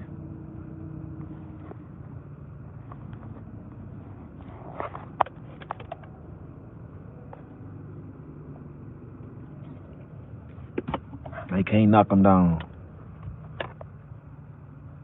See how they got barbed wires on this property? It's historic. I think they gonna put them houses in museums. They got some more in there too. It's just, look, I can see them where they was behind. I can see the other ones behind it now. But all these shit used to be slave houses. Yeah, the South. Yes, indeed.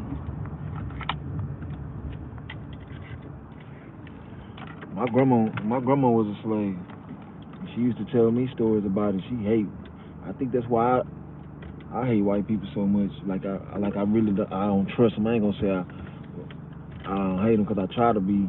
If they don't bother me, I ain't got no problem with. But I just know when they racist, so I really don't tend to like them because they always acting funny with a nigga because they white. You know what I'm saying? Like say I'm not dressed nice or something. I'm always dressed nice, but when you're not dressed nice, they tend to look down upon you and they don't care about how they treat me. And I be ready to get up in their ass. Cause I don't let nobody treat me any kind of way. I don't give a fuck what I got on or don't got on. bitch, you gonna respect me. And I be going off on their ass. I don't be playing with them whole ass crackers. Calling themselves trying to disrespect me.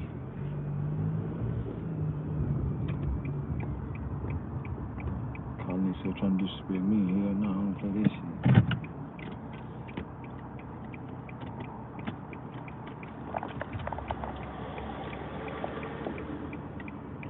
That's them laws too.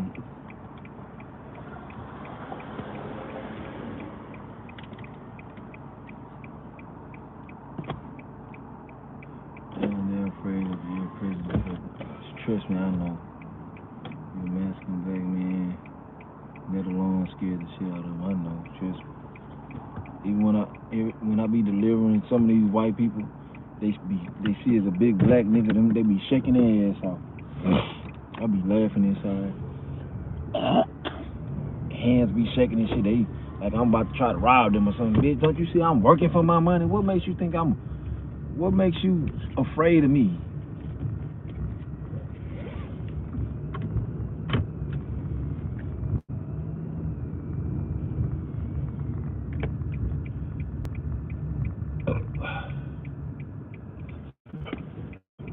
Man, what the fuck? Police blocking the street over here. Damn, my nigga, they blocking the street both places.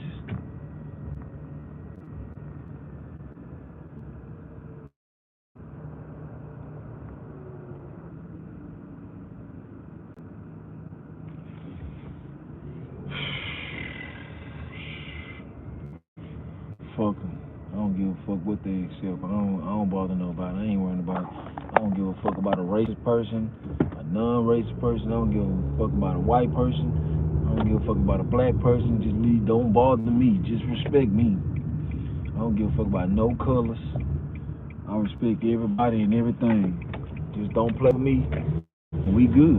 It's all it is. We good. Just don't play with me. When you play with me, that's where the problems come in. I'll get on the white person ass just as fast as I get on I'll get on a black person ass just as fast as I get on a white motherfucking ass. It don't matter to me. The disrespect feels the same to me.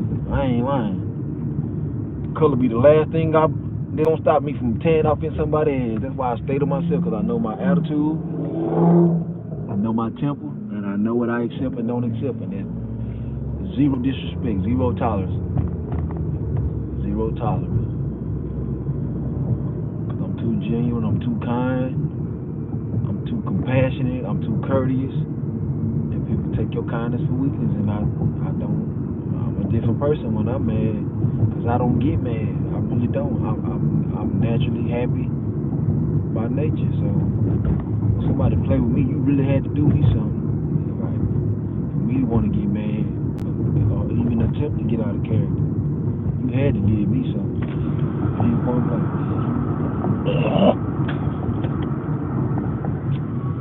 Damn, I need to get some gas. Shit, I shouldn't have no problem standing up either, because I got me an espresso. That bitch is too hot to drink right now. That shit burned my hand through the cook.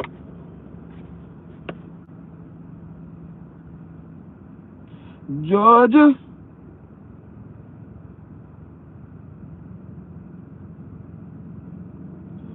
Georgia.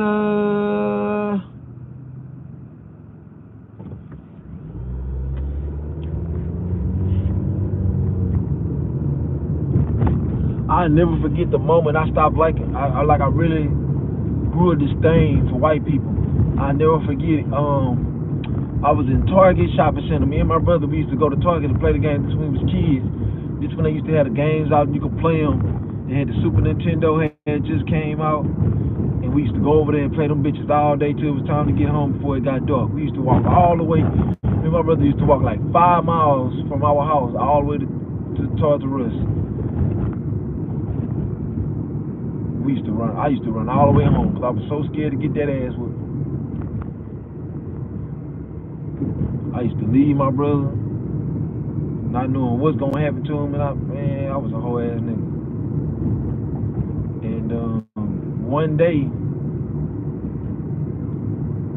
my brother was playing the game, and a white man pushed him, my brother came told me, and the white man told me, yeah, he shouldn't have had his little ass out the way. I'm like, man, I'll fuck you up. I was a little bit, he was a big ass white boy too, but you could tell he was just only pushing us around because he was way bigger than us. I ain't appreciate that shit. I really did. Drive west on West Gray Street for a half mile. I really didn't appreciate that shit, bro.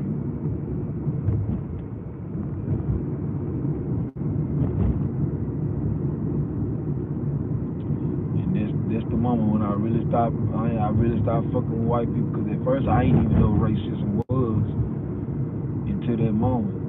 But he looked like he was a college dude, but he was a big ass football player looking white boy. Looked like a big football playing ass white boy. But I wanted to beat his ass for fucking with my brother. But I knew I couldn't win, so I just took the L. I let him talk to us crazy and shit. He was like, what? I'll kick your little ass. Like, I knew I could fight, but I just knew I couldn't overpower him. As a kid, I always had common sense. And I just bit the bullet. And ever since then, I've been waiting for a white person to try to play with me like that again. I don't give a fuck. I'm about to beat this motherfucking ass. And this, I always say, this should be on my mind all the time. I can't wait for the next time a white person try to play with me like that. And it ain't never happened. It never happened. And a white person ain't never played with me like that. They ain't never played with me, so I ain't no reason. Anytime, like, even when I even try to provoke a white boy to try to get out of line with me, they walk off, because I feel like they can sense that I want them to buck. I want your ass to buck so I can beat the shit out of you. I want you to buck. I want you to, so I can have a reason. I just want to have a reason. I just don't got no reason. Yeah, I'm talking crazy, but that ain't enough for me to have no reason. I need you to give me a reason, so when I whoop your ass, I can have an excuse to why. They never gave me one. This is, man, I don't know. This is about almost 20 or 30 years ago. I'm 37. Man, we was young, man. We was like 12 and shit then. 10 and 11, man. It was a hot little minute ago, for real. I ain't even on this shit, man. I ain't on no racist shit. I just know what white people can do, how they mind, how they operate. But other than that, I don't have no problem with nobody, man. I don't give a fuck about what no white person do. I don't give a fuck about it. I just know my history, and I know I love my people, but at the same time, we fucked up, and as long as you don't bother me, I ain't got no problem with nobody, bro. I don't give a fuck. A white person is not gonna stop me from getting this money, so I ain't worrying about it. Little nigga ain't worrying about, as long as the nigga ain't bothering me and stopping me from filling my bags up every day, I ain't worrying about you. And the way I'm moving out here these days, shit.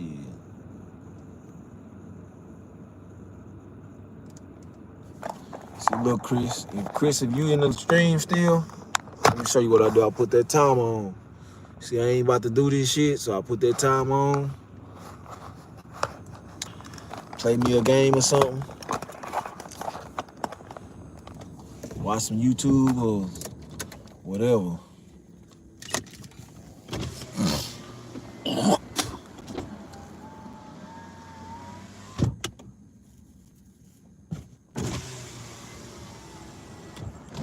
Right. Yep.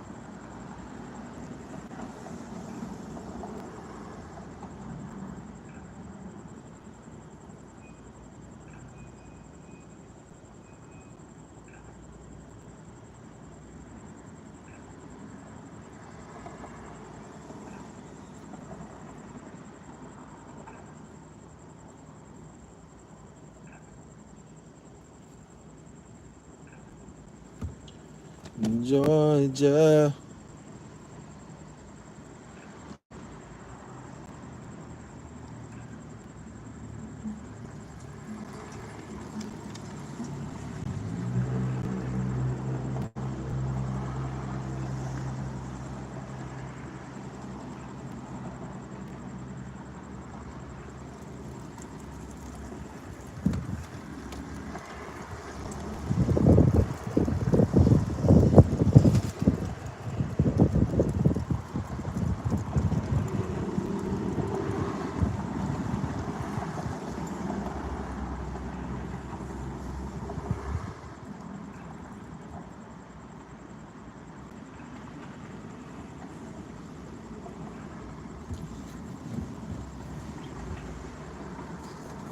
Got this espresso. This hoe gonna keep me up tonight.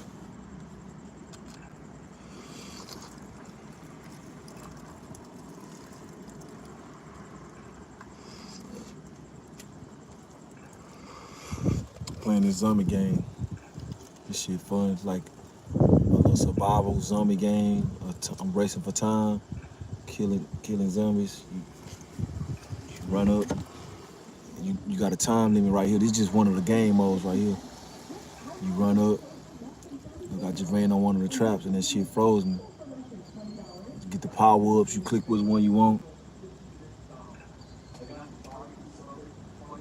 I'm gonna get the power. It make my gun stronger right there. So I'm gonna get that. You gotta sit on this shit like this. That's how you open the gate. You gotta hurry up and shit be coming trying to kill you before you open the gate. I got another power up. Take my power up. Yep, I got a double espresso. Make sure I barely took a sip just now and I feel it. Damn, I thought I clicked that on the thing. See the thing start going up. This how I pass my time. Them 10 minutes be feeling like 1 minute. 1 fucking second. Cause this shit's so fun. You lose track of time. This shit's so motherfucking fun. This game called Zombie Wave.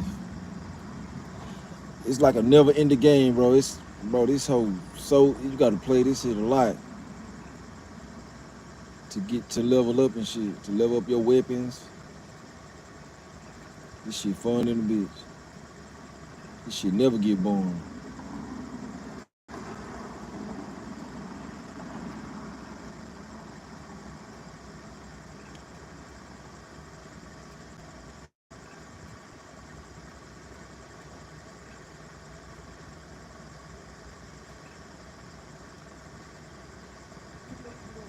I should have showed you that boss man that I just killed.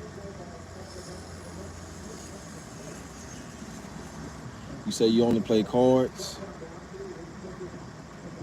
Yeah, I be playing poker sometimes, but I don't like playing it because I always I get an order and I can't never finish it. So, and then when I quit the game, I just be losing my chips. So I only play that when I'm in the house.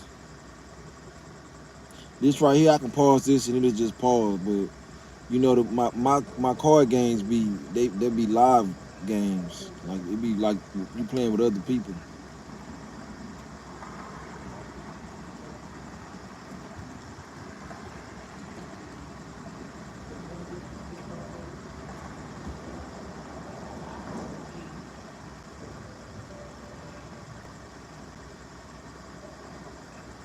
This shit thorough though. This shit fun in the motherfucker. I ain't gonna lie.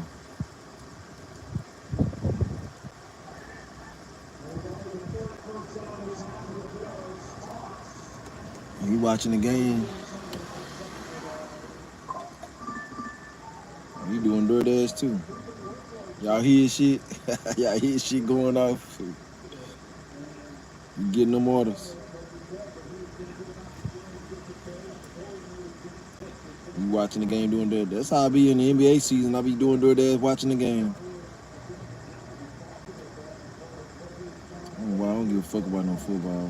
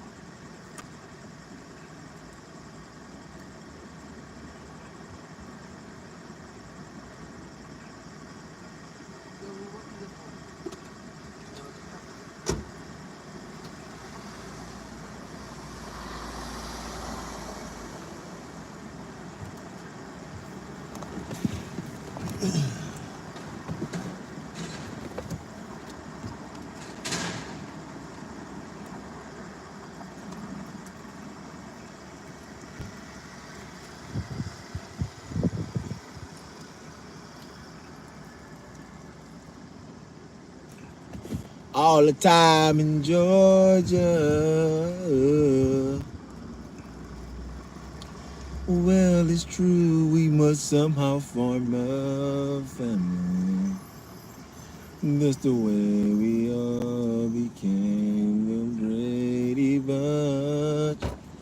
The Brady Bunch.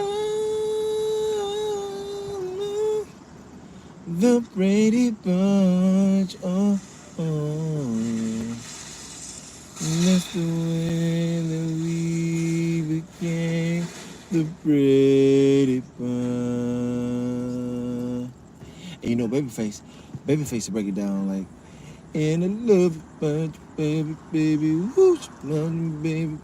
Totally my Brady Bunch, totally my Brady Bunch, totally my Brady Bunch.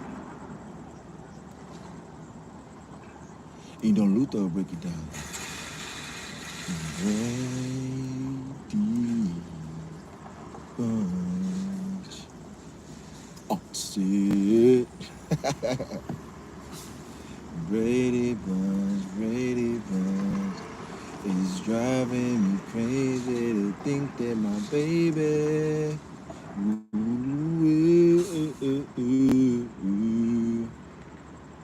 You know, Prince break it down like, ooey, chewy.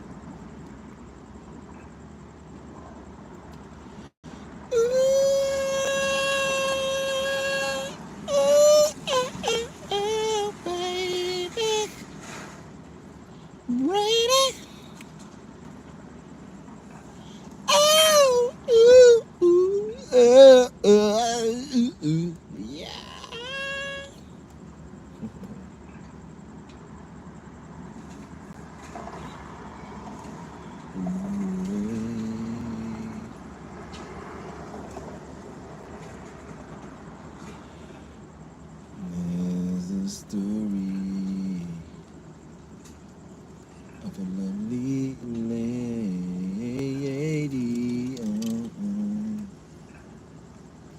She was bringing up three lovely little girls.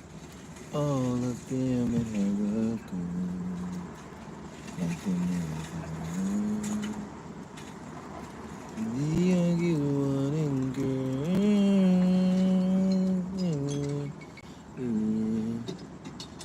Till this one day when this lady met this fella.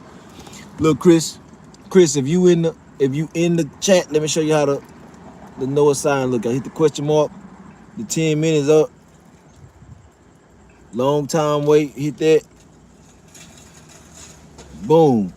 They're gonna have the word free on the sign, boom. Unassigned, no penalty, and you get it bring your acceptance rate up.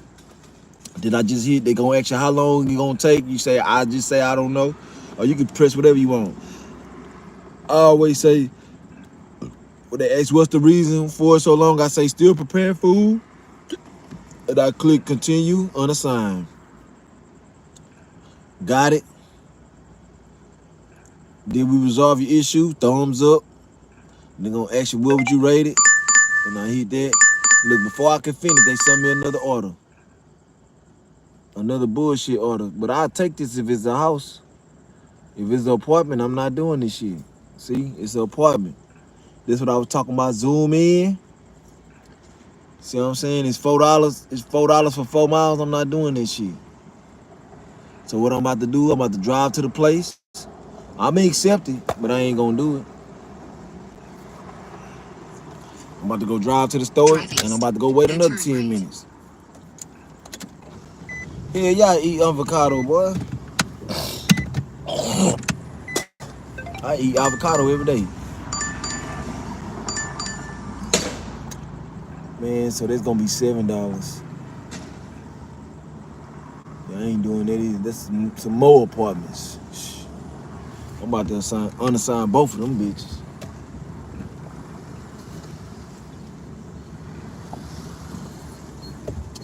For them $7, it's gonna take me about 40 minutes to complete that shit. Fucking with them apartments. I'm not, man, these cheap ass people, they live in apartments, man. I ain't doing that shit. I don't, bro. I'm telling you, man, that little money, man, that shit ain't. You'll get one order and make more money than that in 20 minutes. That I'll wait that shit, but I ain't about to wait 20 minutes because it's at the same store. Both of them at Canes. But for them 10 minutes, bro, that's you going in there, getting that shit and going to them. It probably take you 30 or 40 minutes to complete that order. For $3 and $4, it probably take you 40 minutes going in them, cause the people, y'all, I always show y'all, man, how these people take forever to come down. Some of them don't have no codes. You gotta call all them, man. In the house, you ain't gotta do none of this shit. If any of them orders was houses, I would have took both of them. Both of them needs some, and I know them apartments. It's bad customers, and they be the ones that give you bad ratings. You can do everything right. They just be miserable people, man. And I ain't got time for this shit. I learned my lesson. I don't give a fuck. Like, you can be greedy for the money if you want to, but you gonna fuck yourself in the end. I promise you.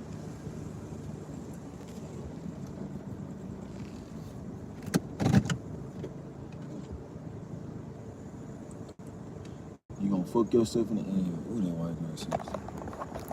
Damn, sure. Ooh, fuck. Damn, she got me. Ooh, boy, she so motherfucking fine, boy. I'ma show you. Look. She fine in a bitch. She got all that ass out, too. She pretty, too.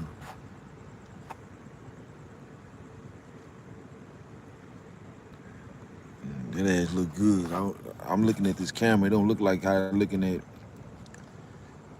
It don't look like how I look in that camera. It look way better. And she got like some silk clothes on, cheetahs clothes. Yeah, you saw it, good shit.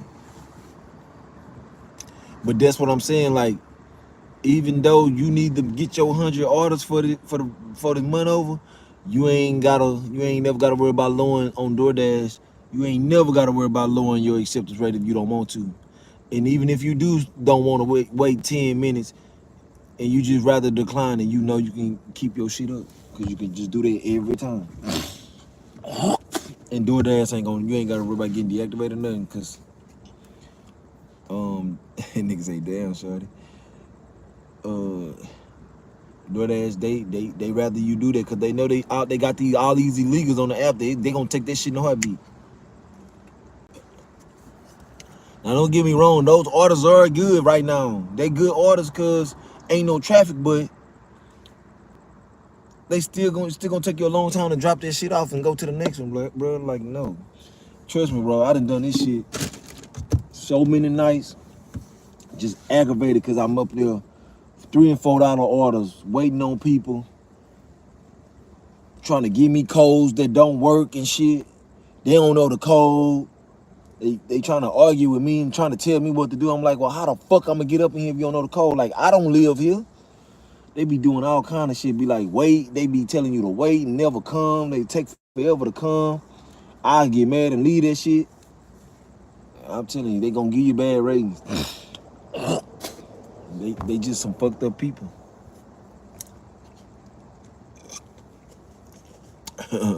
The Malikas gonna do this. They gonna take these orders that I'm complaining about right now. Them niggas gonna do this shit. Can't speak English or nothing. Look, I got 3 orders over here right now. That's crazy. I ain't never had 3 orders in one time.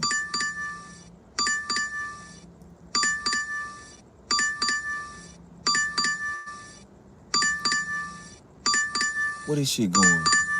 Rice University. Oh no, that's the college campus.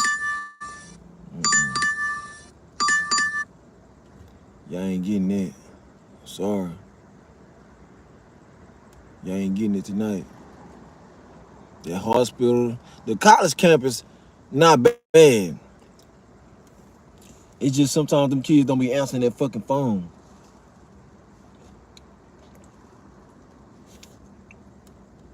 And they be dry as have you sitting out there. Them illegals don't even speak English. None of them. Every time you open the door for one of them or something like that, they saying gracias.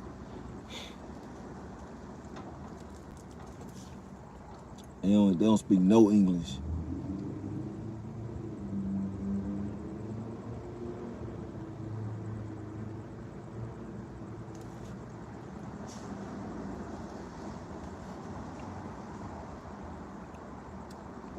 You know, I speak a little Spanish too. I'll be like, de nada.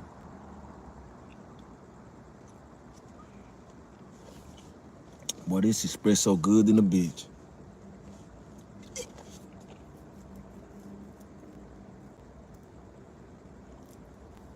Who? Yeah, I saw this dude yesterday already has an Uber Eats and then took 2 DoorDash extra, yeah? While I was waiting for a single order of 14 bucks, yeah?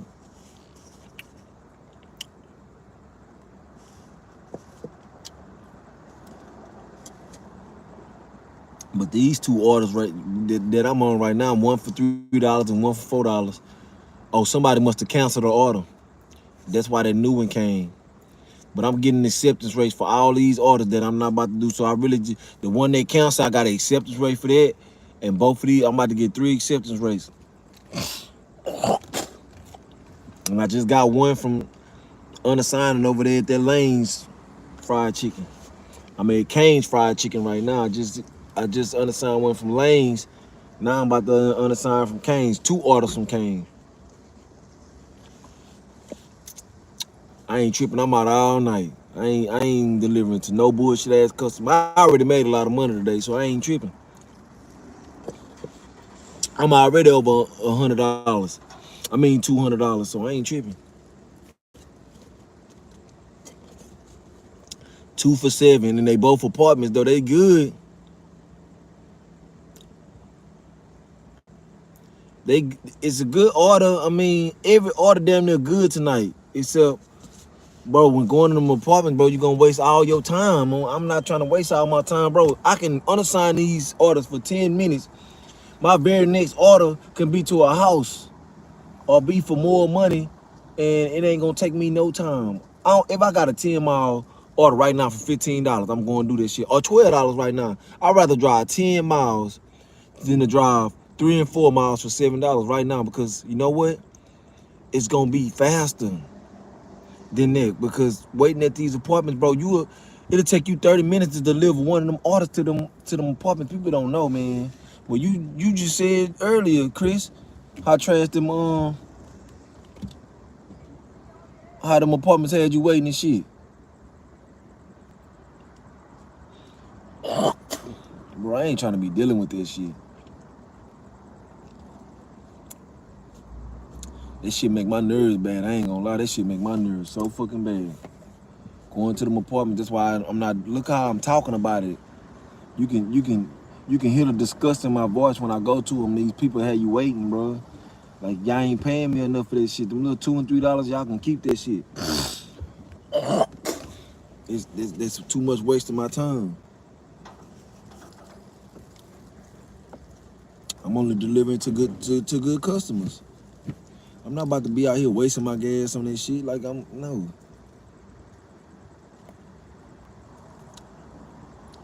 I don't even care. I know I won on the gas and all that, but I'm not about to waste my gas. That's how I dash. I don't operate by my miles, and in all even time, I operate by maximizing, making the most out of my tank of gas.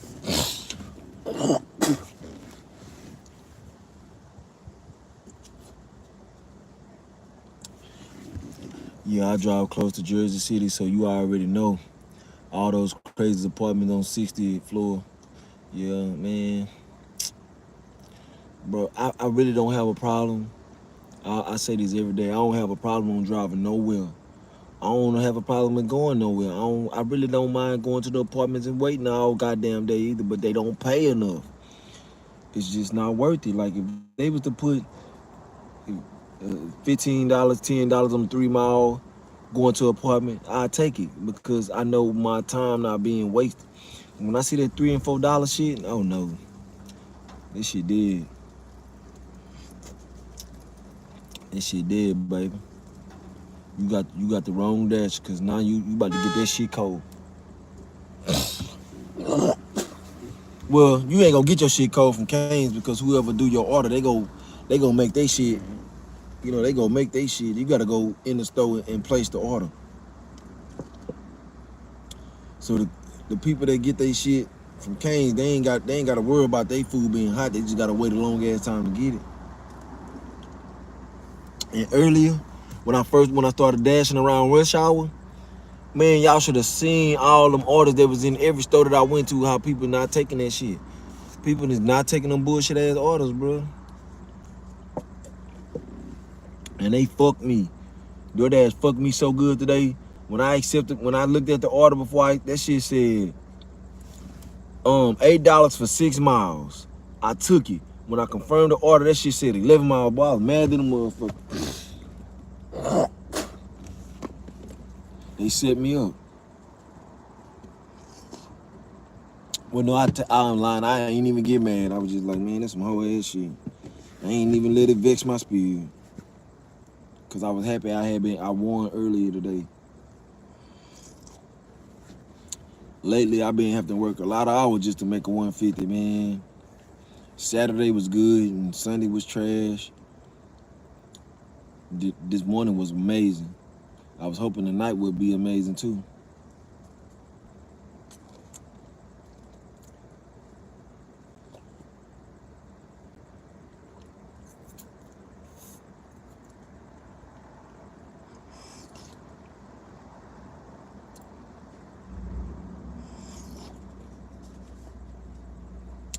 I ain't never went to Jersey City.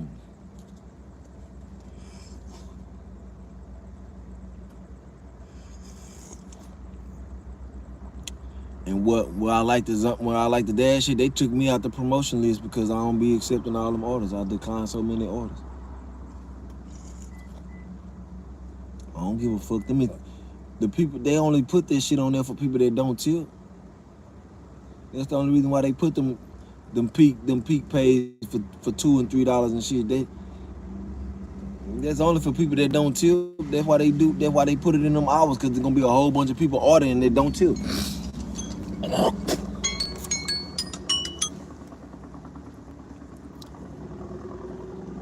I'm undersigning this shit, Chris. All this shit.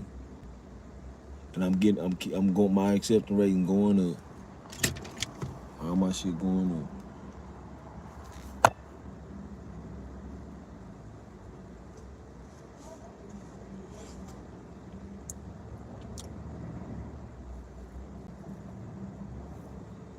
Man, I don't work for crumbs. I'm trying to get paid. Anything around this time anyway is just extra chochos. I don't give a fuck. Anybody that don't tip gonna be waiting for their shit, because they not getting it from me.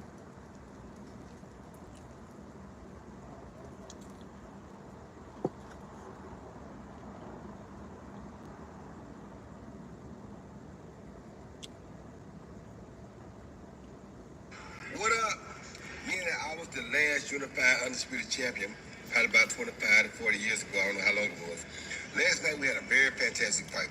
A fight that I thought could have gone either way, but what happens, happens. However it goes, nobody won nor lost the fight by 4 points. So that's ridiculous, which is why I say we need an immediate rematch. Both guys did a lot to change.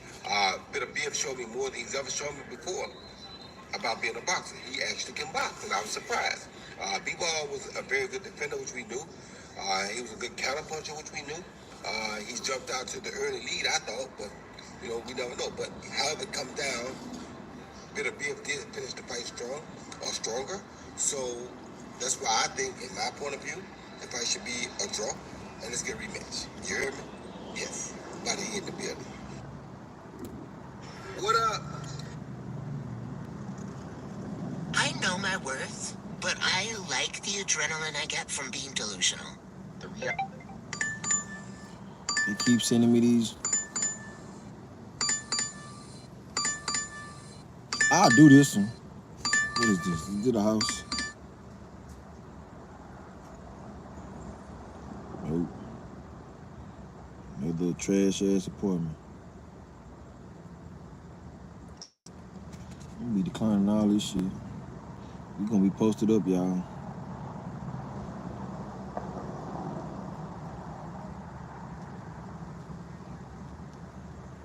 I ain't doing none of this shit.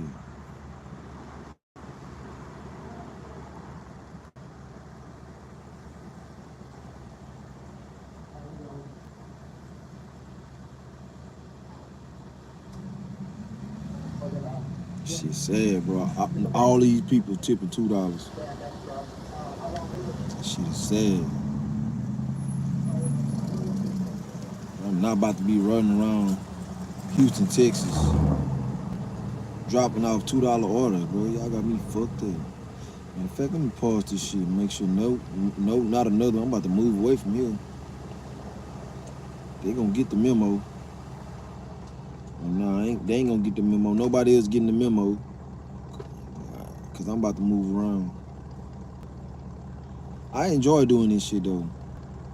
Most people will be like, let me go ahead and make some money, but I won. My day I already won. I'm way surpassed my goals. I surpassed my goals.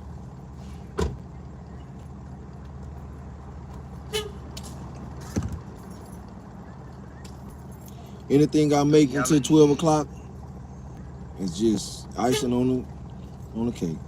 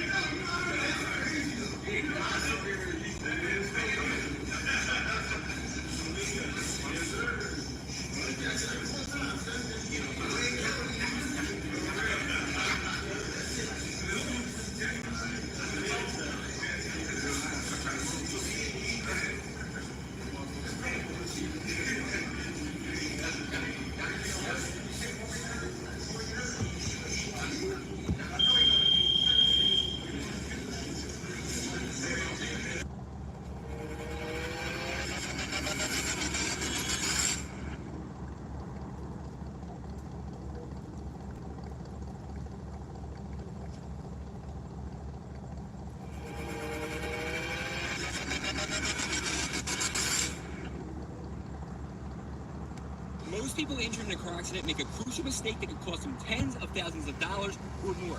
So if you've been injured in a recent car accident and want a huge check, like I got here, pay attention. 3 months ago, I was in...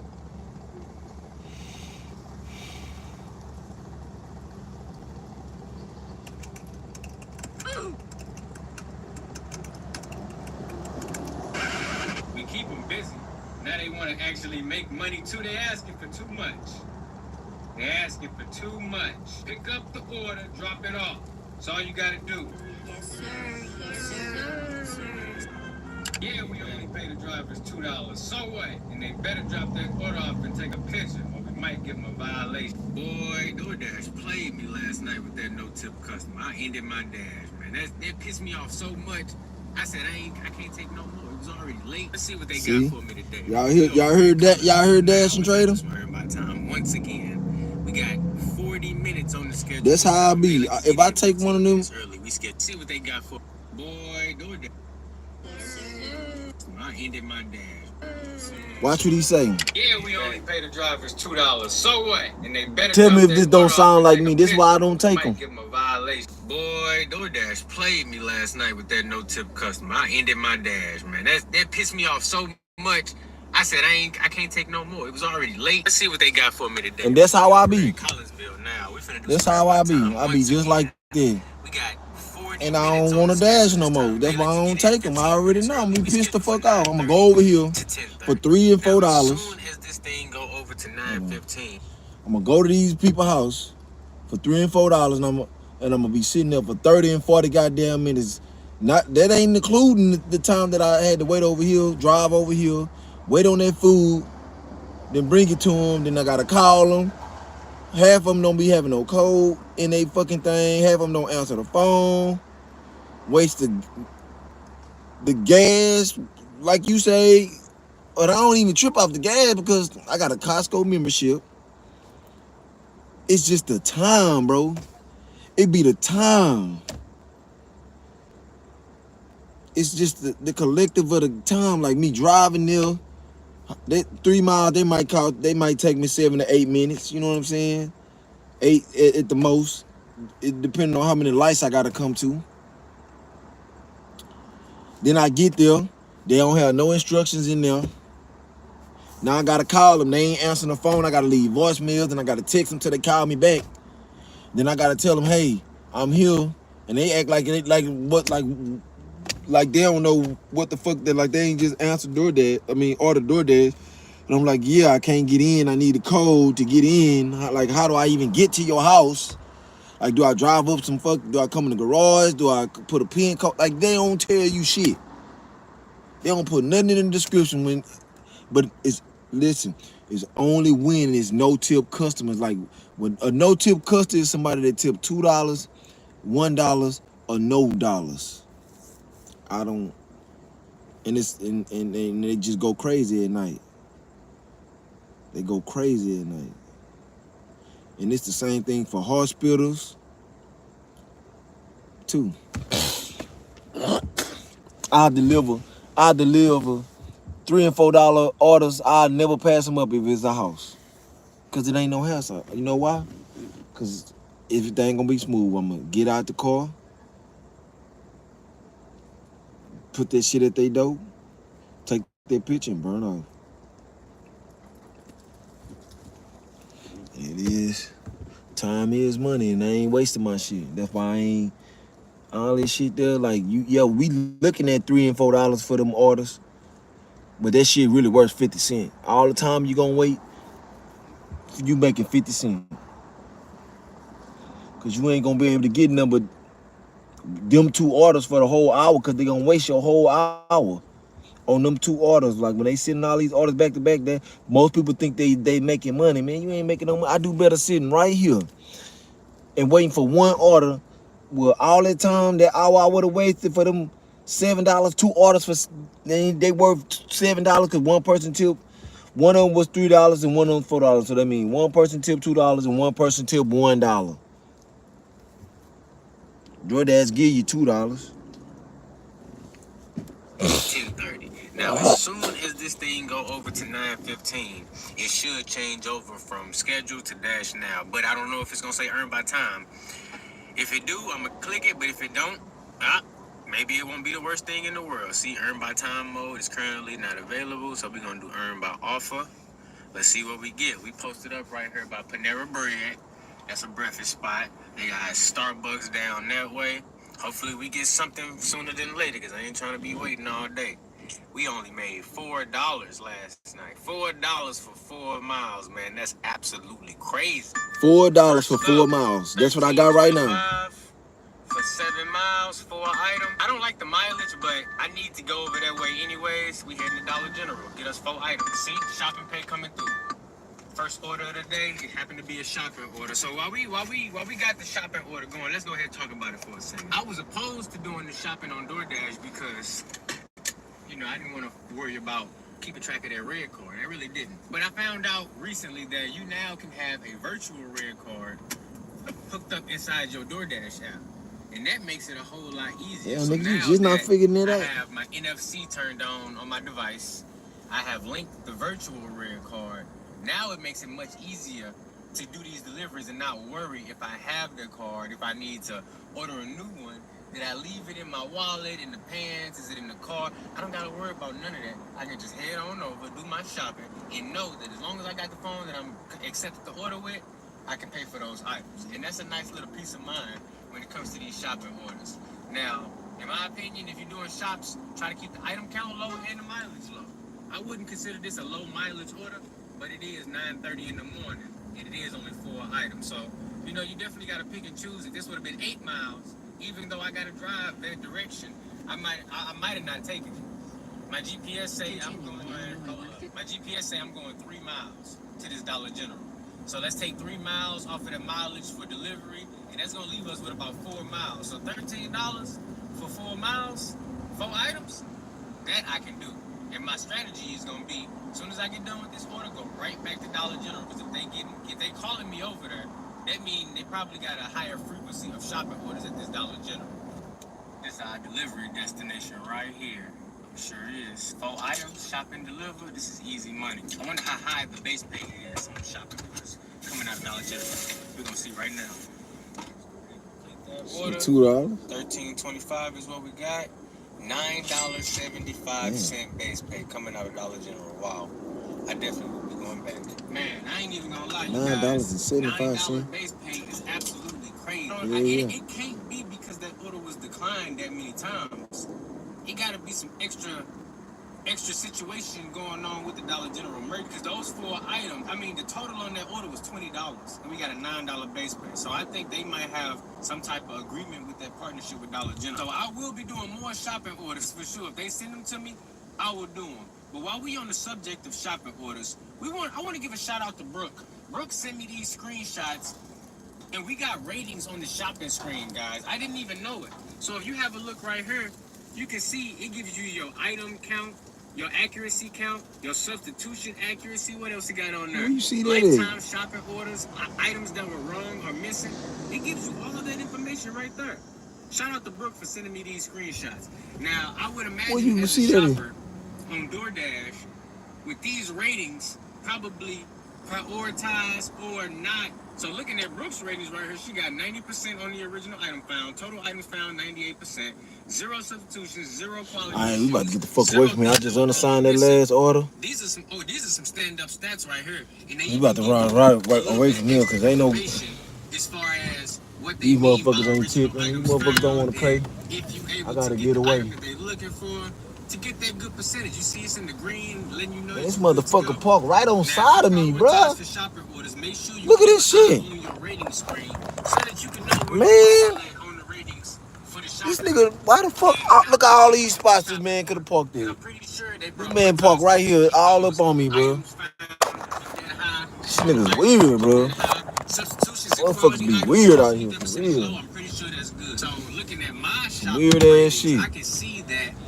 All these fucking parking spots. This nigga squeezing this on side of me.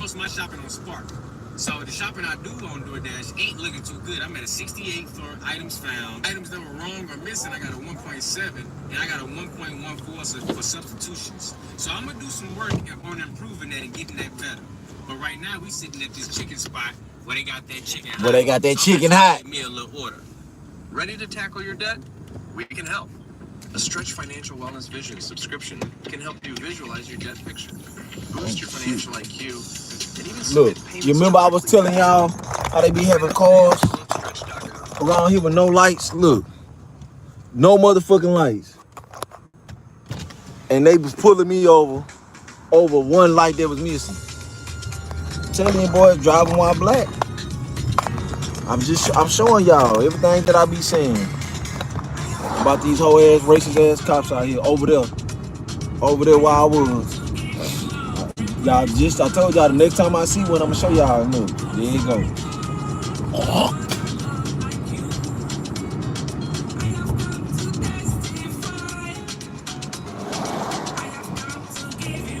And there be a whole bunch of cars riding around with no lights on their shit. It just all depends on where you doing this shit at though. Like around here in this area, them laws don't give a fuck. Damn, that little bitch was fine. She was sick.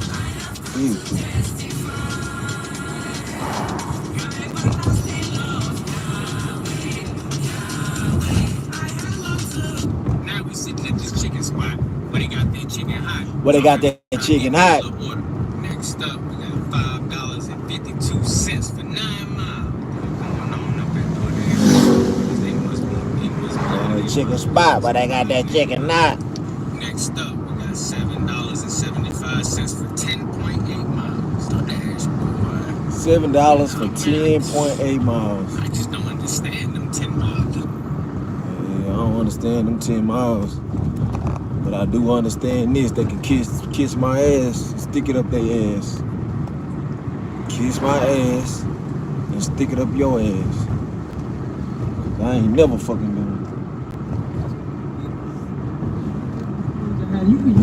What if you only got 30 minutes on the schedule? What if you only got 45 minutes to an hour to get a couple deliveries done and you get sent 10-mile orders? Who is taking these? Yeah. Let me know in the comments below if you think this is a good order right here. Let me know. Look at that line. Look how long that line is. You think that's paying $10? Well, if you do, you guessed absolutely wrong. Look, we got $6.25, 10.8 miles at Hawaiian Bros. And guess what? It's gonna stay right there. Stop playing. Right motherfucking I'm not going on 7 miles for $6. Who I look like? All right, y'all. The time is 6 o'clock. Sarah's order is ready for pickup. First order DoorDash sent me this evening. $6.98. 9.6 miles. You already know what we did with that. We threw it right back. What? Stop playing with me. $4. 6.8 miles. Hawaiian Bros. Oh my goodness. They is really out here back. Really manila. I tried Earn by Time. They didn't send me no offers, y'all. No offer. Next up, they sent me $6.25. 6.3 miles. Okay, we getting a little bit better. Oh, Grubhub got an order. Hold on.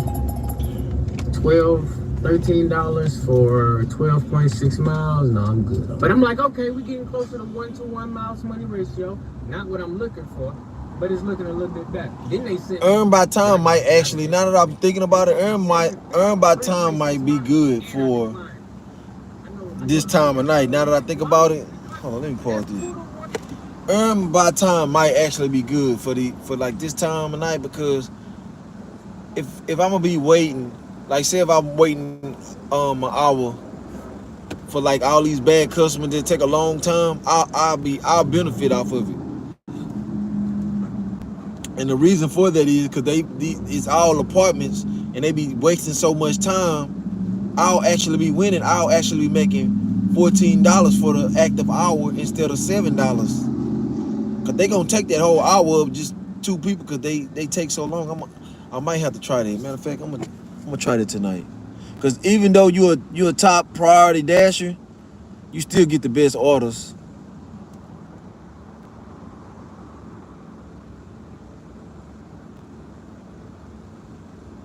Look at that shit. $10 up. Damn, they don't even give me the option to dash now. I mean, to Earn by Time. Oh, there you go.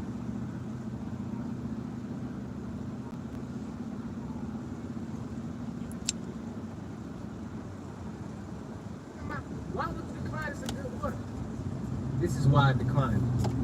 $7, 2.4 miles. Let's get it. That's a mile less than I gotta drive. I gamble. I took Stick talk. Oh, yeah, see. This good. Because they ain't never ready. They're going to waste a whole bunch of time. Drive north, then turn right. With how it usually be when I'm I think that's what I'm going to start doing at night. I'm going to start doing early my time. $7 is what it shows. Because all these restaurants take a long time.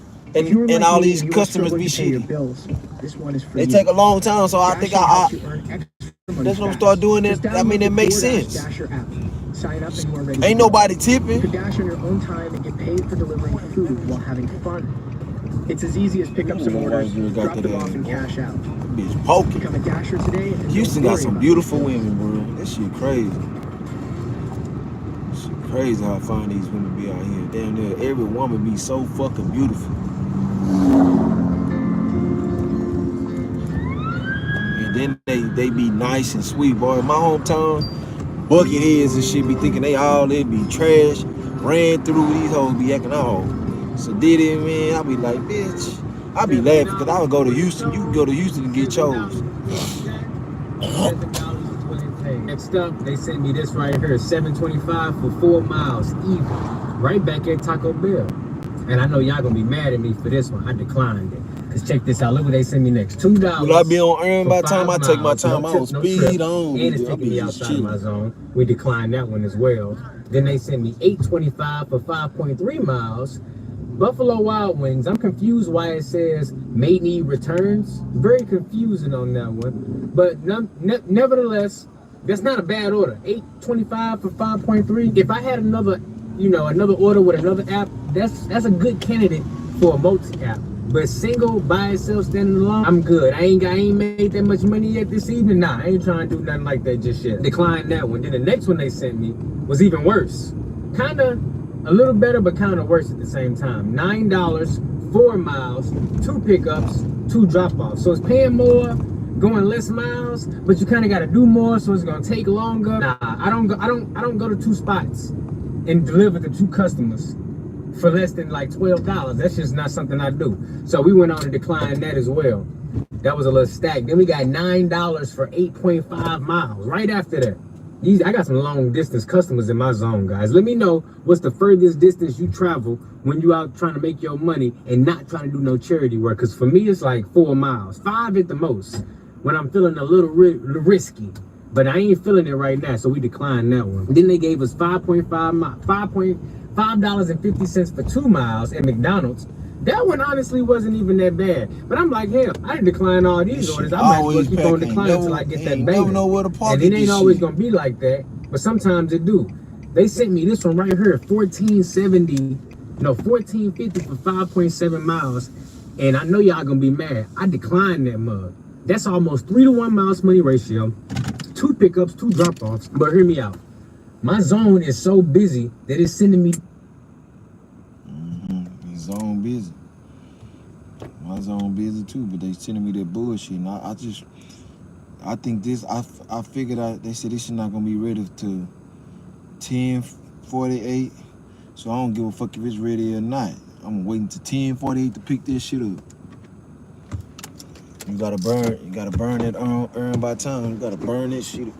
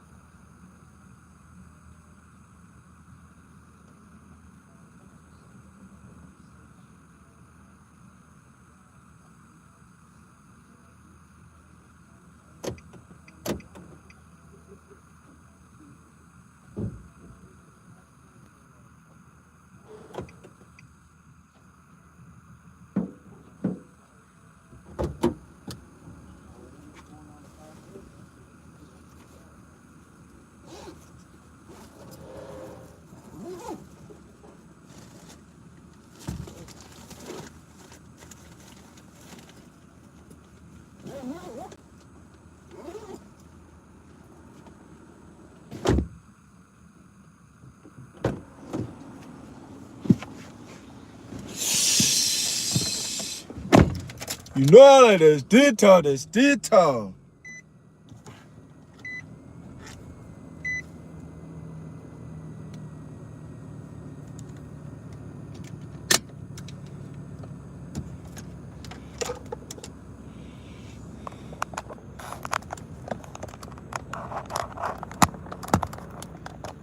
These orders back to back. My acceptance rate is at a 17%, and I'm still getting back to back offers. I said, oh no, I'm about to cherry pick. I'm about to sit, I'm about to fish and wait for that sweet order. So they sent me $18 for 12.3 miles. Now the price is going up. We're going in the right direction. But that mileage is way too high. If you know me, you know I ain't taking no 12-mile delivery unless it's paying like 36 bucks. And this one's paying 18. So yeah, that's a no-go for me. But you know what? Taking that. $8 at night, nigga, you tripping. Miles, that sound a whole lot worse. That got me wishing I should have took that. See, but I'm gonna tell you why he ain't taking it, cause he getting that YouTube money. He don't give a fuck about that shit. We declined $8.75. We got $5. If he wasn't getting that YouTube money, I promise you, he'll be taking that shit. That's like over. Why is it that we're paid weeks after we work? A friend told me about the Earn In app, and I can get up to $100 a day within minutes of earning. With Earn In, you can access your pay the same day that you work with no interest, no mandatory fees, and no credit check. And any money I access is repaid once my paycheck comes. Earn by time, nigga, I'm about to milk the fuck out this shit. I'm driving the speed limit like a motherfucker. Earn In and it's changing the game, for real. I should have waited till 10:48 to pick this damn order up. Picked it up too early. Were you injured? But I had to pee, so I just went ahead and got it. Would you rather get $5,000 from your insurance company or get a check for $70,000? What if I told you that the amount of compensation that you received 10 minutes, 10-minute ride. After your car accident? I'm probably up and down probably about 5 or 10. Anywhere from 5 to 10 minutes. $5,000. That's not going to be nearly enough to cover this right there. That's like over 12 orders right there that I declined, all within like a minute and a half. So I was like, I know it's something good out there. I'm gonna let everybody else stay busy with these orders I just declined, and they're gonna send me a good one. We got $18.36, 6.1 miles. That's the highest paying order they sent me out of all of those orders. The mileage is still right on my parameters, 3 to 1 miles to my ratio. I love the feeling of earn by time, knowing that I ain't gotta Bell is right here. be rushing this shit. And I've been sitting here yapping this whole time. Because the longer you on the order, the more you get paid. And then the best part about it is, we got an add-on. Grubhub sent me a Chick-fil-A order, $10.55 for 6 miles. See, I'll be flying with them orders. I'll be trying to get them bitches out. Earn by time, shit. So that's going to guarantee me $28 for however long these 3 orders take me. So I'm finna step up there here and grab this first one, and then we gonna walk behind, get the Arby's order, then shoot across the street and get the Taco Bell order. All right, guys, we got the Taco Bell and the Arby's. Now we just gotta shoot on over to Chick-fil-A. As soon as these slow-ass cars get out my way, we can go grab order number 3. Everything's heading in the same direction, guys, so we're good to go right there. You definitely want to do your best to make sure when you multi-apping that you keep it as clean as possible. Try to keep all orders going in the same direction if you can. But sometimes you're not going to be able to. I'm going to keep it 100. Listen, you just got to do your best. But I got lucky on this one. The first 2 was ready, the DoorDash orders, and now we're picking up the Chick-fil-A, and they all happen to be going in the same direction. Not always gonna be like that, but when it is, hey, you gotta take advantage. Everything coming together nicely. All the traffic lights was green. Grubhub just sent me a notification that the Chick-fil-A order is ready for pickup. We have arrived, we checked in. I'm about to run inside there quick, grab that, and we heading to drop them off. I'm gonna drop them off in the order that makes the most sense. So I got 2 devices. I'm gonna hit GPS on both of them, and whichever customer is the closest, they are the ones that's gonna get their food first. And I got the luxury of doing that because all of them are going in the exact same direction. Shout out to Chick-fil-A, boy. They always be on point. No matter if it's slow, busy, holiday, payday, your day, my day. Chick-fil-A be pumping them orders out, boy. They do not play about that chicken at all. All right, we're going to go ahead and start navigation on all 3 orders. And we're finna get this money. Guys, I just dropped off the Arby's. Tell me why the Taco Bell going right around the corner. We pulling up right now to the customer. I'm finna go ahead and take the liberty to pause DoorDash, even though my dash about to end anyways. Because I still gotta drop off this grub order too. But we making good time. We making good time. And there's still a possibility for this order to go up too. It's always on by time you can always expect a motherfucker not to tip. I'm telling you. Let's get this dropped off and check. You can always expect a motherfucker to. When I say not tip, I ain't talking about $1 or $2. No tip. They gonna take the tip off. You know what? We still got one more order to drop off. I hope y'all ready for this because by time ain't good for shit, but getting your AR.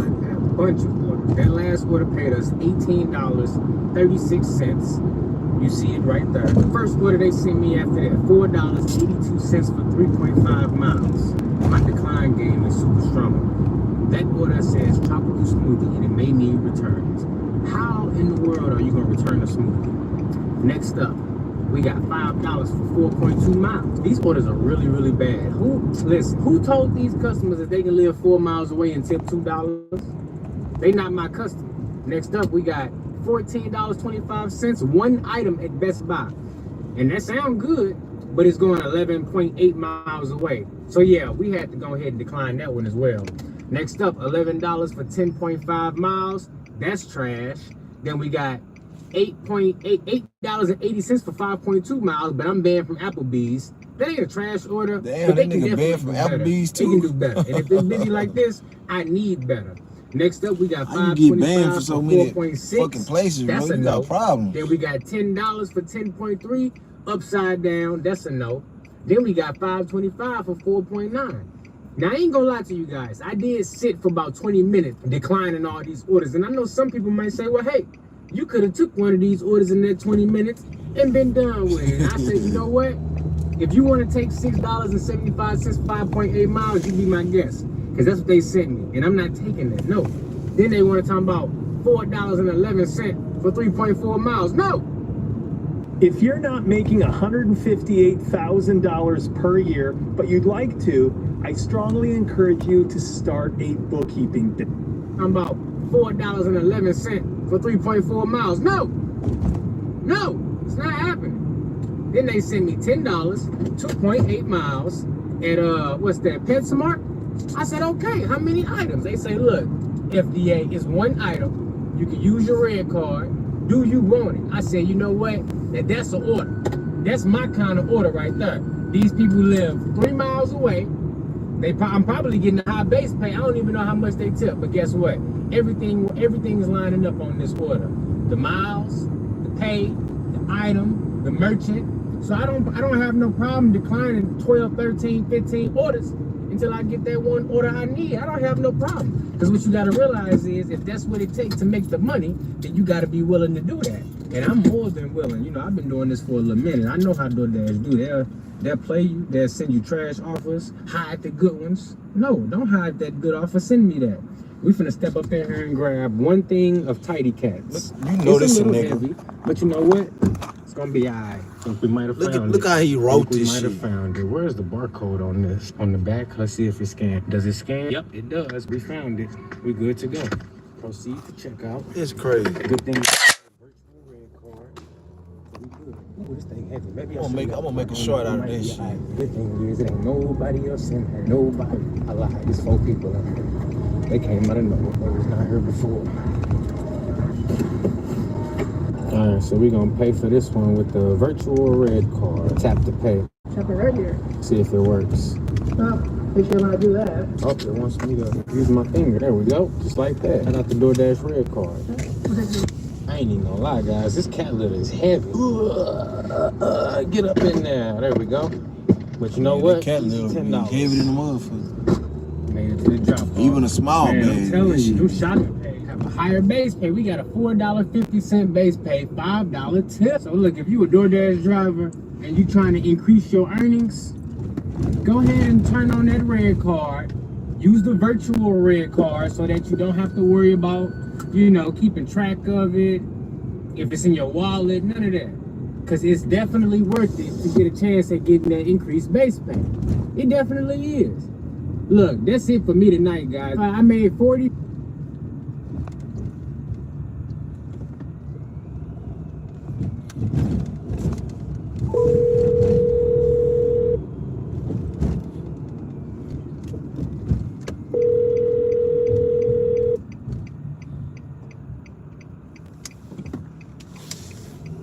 like this.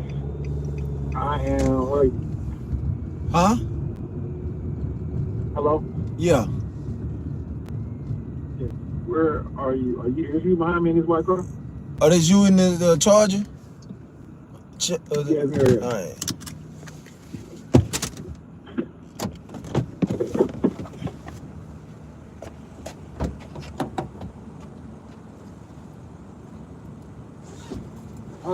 Perfect time. Hold on.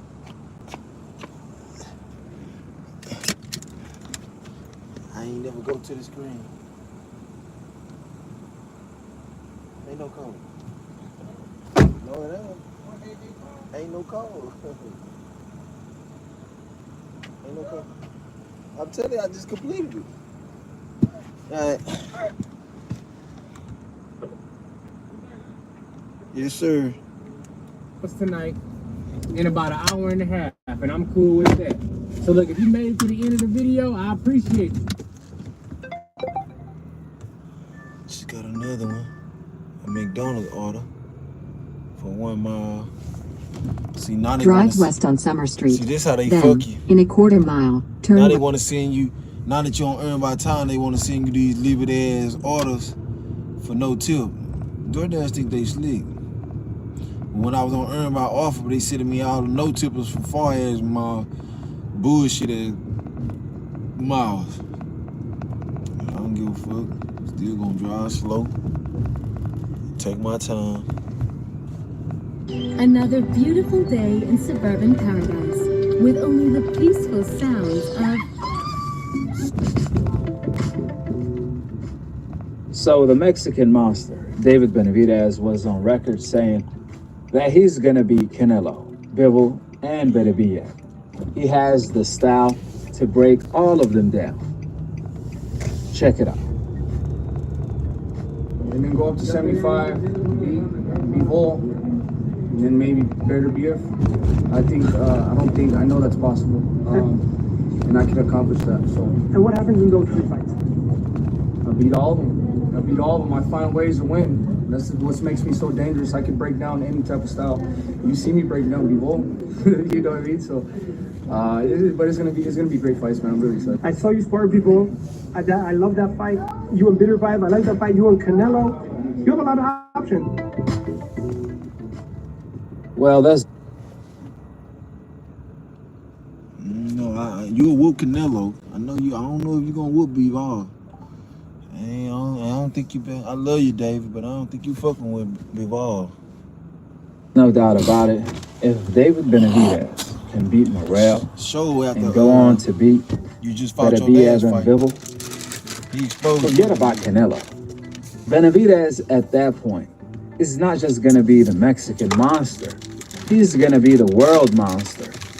And he wouldn't even need Canelo because he's going to be the face of boxing, let alone the face of Mexico. At that point, who needs Canelo?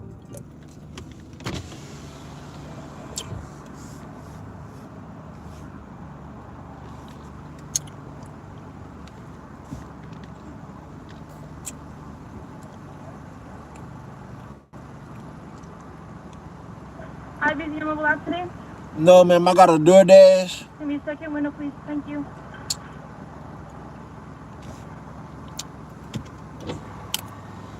AKA the duck of boxing, respectfully. Now, this is a tall task for anyone, including David Benavidez. It's one thing to be the best fighter from Mexico, it's one thing to be the Mexican monster, but to be the best fighter in the world, to be the world monster, at least in or around your division, that's really a tall task. Before we can jump ahead and talk about and fancy about the fantastic fight between Benavidez and Beterbiev, if they do fight, that's a dream fight come true. Benavidez first have a mountain to climb, and that mountain called David Morrell. That's no easy fight. That's a 50-50 fight. In fact, I'm actually favoring David Morrell to beat David Benavidez. We just saw last Saturday night the reason why The boxing fans are dying to see the best fight the best, since the ring is the truth teller to who is the best fighter in the world. We don't gotta argue about it, we gonna see about it, like we saw last Saturday night.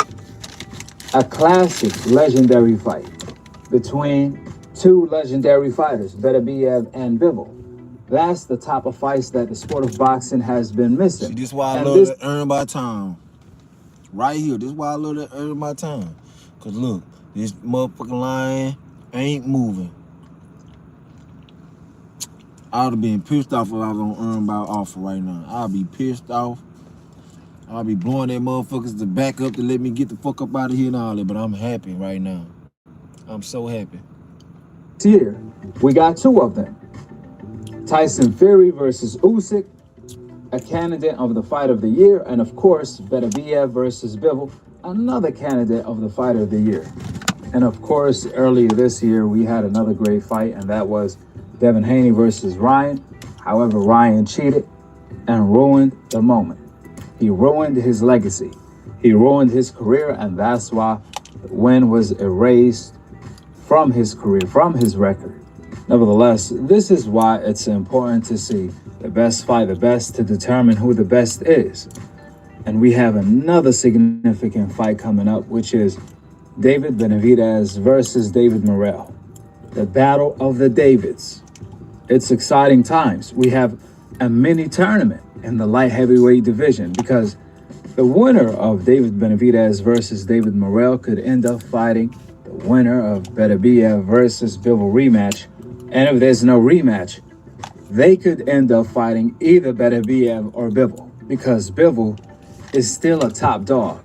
This is the beauty about the best fighting the best. If you lose to the best, who cares? That's first of all. Second of all, if you lose in an effort where the fight was close or you gave it your all, your stock is going to stay the same or even go up, like Bivol did against Beterbiev in a loss, because he gave such a great fight.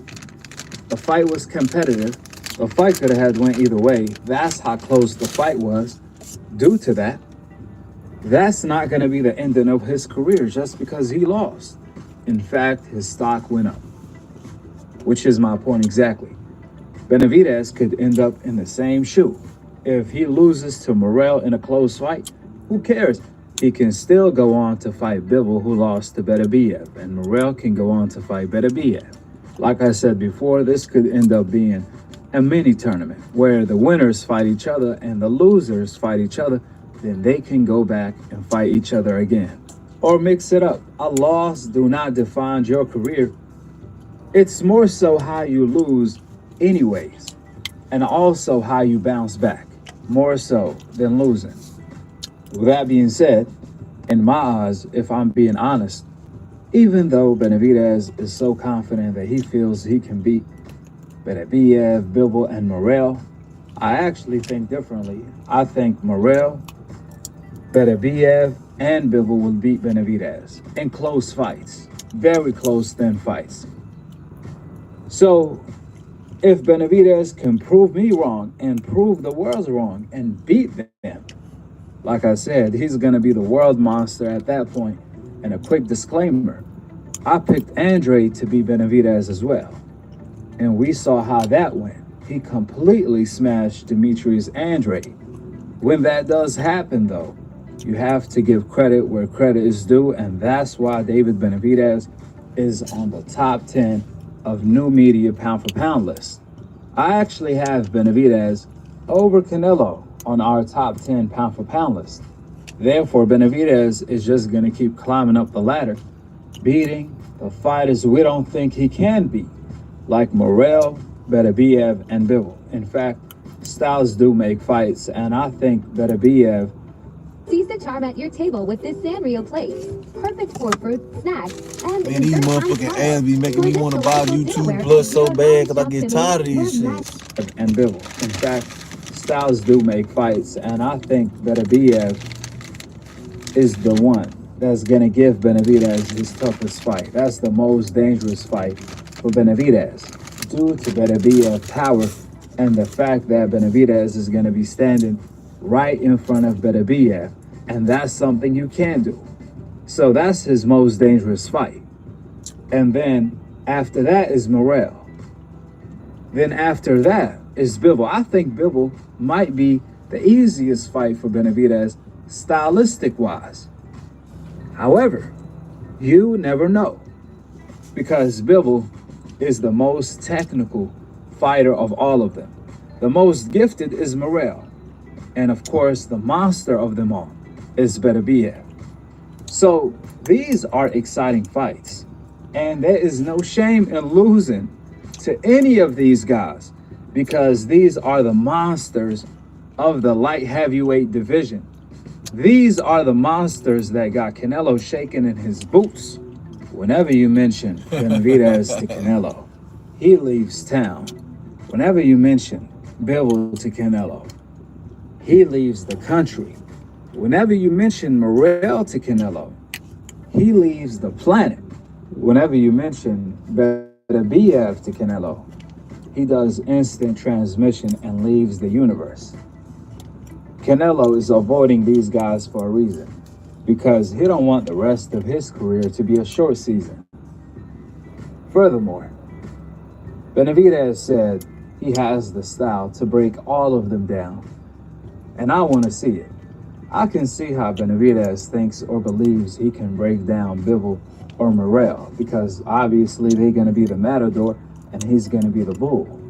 But I'm more so wondering how he's going to break down Beterbiev, or how he thinks he's going to break down Beterbiev, who's known for breaking people down. I mean, even as someone as technically sound as Bivol, Beterbiev started breaking him down and had him really extremely tired, where Bivol had given it his all by the 12th round. So when you think about it, Bivol did everything right, and Beterbiev still managed to break him down. So how you gonna avoid getting broke down by Beterbiev?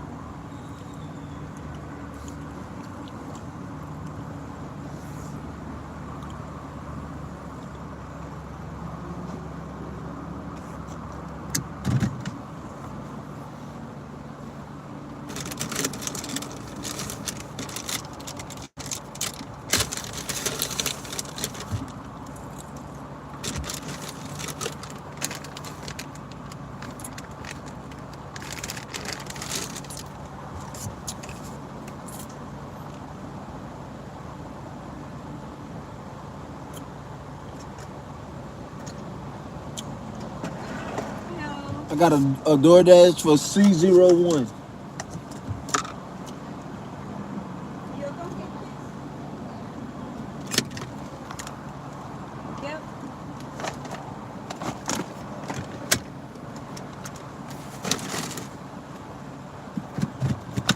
Drive west, then turn left. If you standing in front of him, like Benavidez, for example, let alone breaking Beterbiev down. However, we're talking about a guy in Benavidez at 15 years old. He was sparring Gennady Golovkin, and he gave Gennady Golovkin the work when he was only 15 years old. So that got to count for something. But what Benavidez is missing is obviously the amateur experience to deal with different type of styles, even though he's doing great so far, especially against slick fighters. However, we got to see how he's going to do against Morrell. That fight is going to tell us more about Benavidez and how good David Morrell is. And of course, the future of the light heavyweight division, which this is what makes this fight so significant. These are the type of fights we need in the sport of boxing. With that being said, go ahead and drop your thoughts in the comment section below. How do you guys believe Benavidez can break Beterbiev down? I want to see that. That's something I got to see. Subscribe below, and to be continued on the next episode of CardoTV. Peace out. Alaikum assalam wa rahmatullahi wa barakatuh.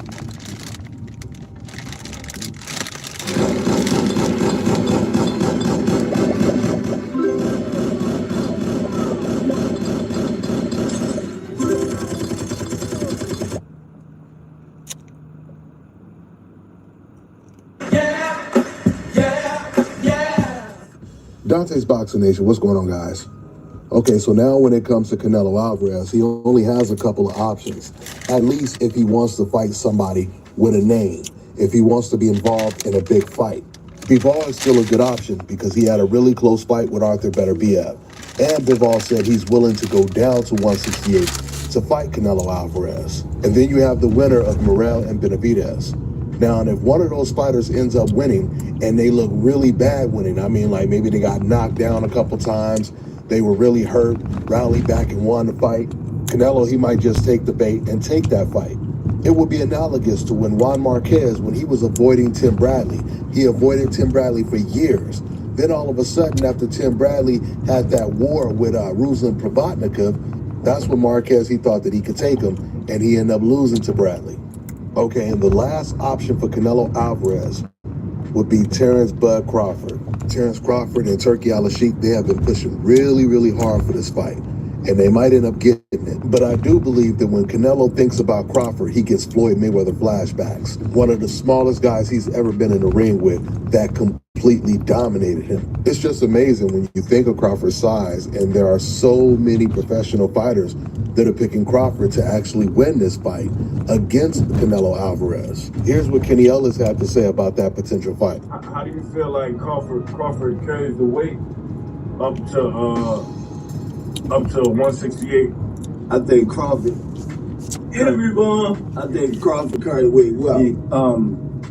Crawford carried the weight well. He walk around heavy. He's old enough so he can just condition himself right there. And I've seen Crawford in the ring put down some big dudes. You know what I'm saying? And can't. And I think he got, well, if not better skills than Floyd, he can outbox Canelo just like Floyd did when they fought, you know, because Crawford just a sharp, a little tricky about, you know.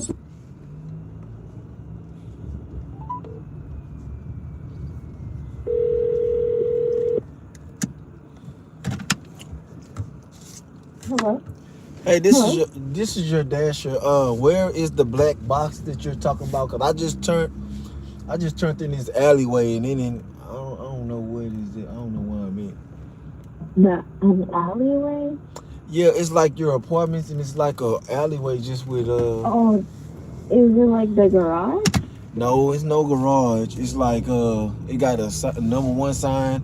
I'm right here in front of the Shell station. I'm about to make a right on Dallas. Oh, okay. So if you cross from the gas station, you're gonna see like the leasing office. Oh, okay. Oh, And okay. the main door. I see it. All right. Okay, and then by the front door, you're gonna see 2 boxes. There's like a little one and a big one. It's gonna be the little one. Okay, I see it.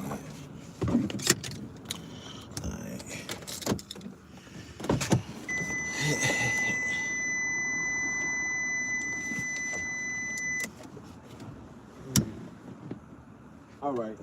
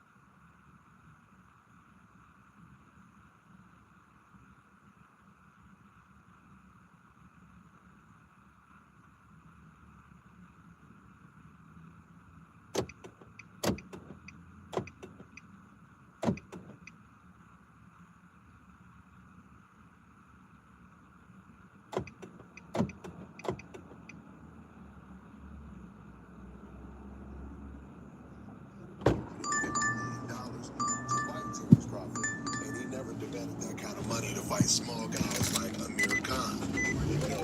So Canelo, he has plenty of options out there to challenge himself. He can either challenge himself, Drive south, then turn left on. Hopefully he's not going to fight against another Munguia, Berlanga, or John.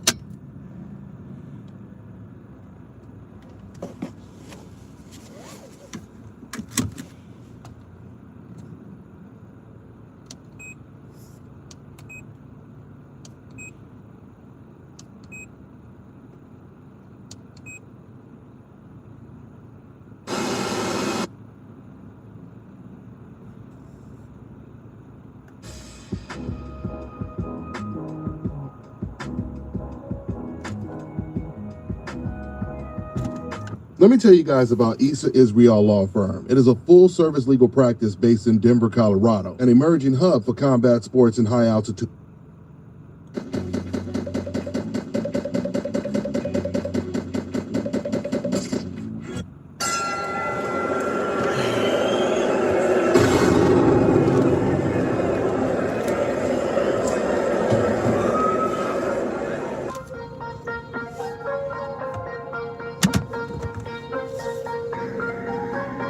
My guy, it has now come to the point where you have no choice but to recognize and realize. And I said this to a few people and they got so upset. But I'm gonna say it again today, here, right now, because it needs to be said. You know, and I want to be the one to spearhead it because what I'm finna say is the absolute truth. The sport of boxing is gay. Yeah. Gay. I don't care what you want to say. I don't care how you want to defend this sport. This sport is gay. You want me to prove it to you? Because if this so-called sport is not based on competition, which you have figured out, you got people jumping up and down in weight classes all over the place. You got the face of boxing. You got old fighters fighting people like Jake Paul just because he's old, he's Mike Tyson, and this guy's a white boy.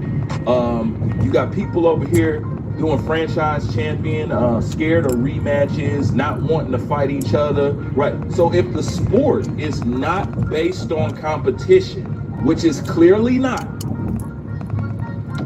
what is the sport based off of? Man worship. Boxing is gay.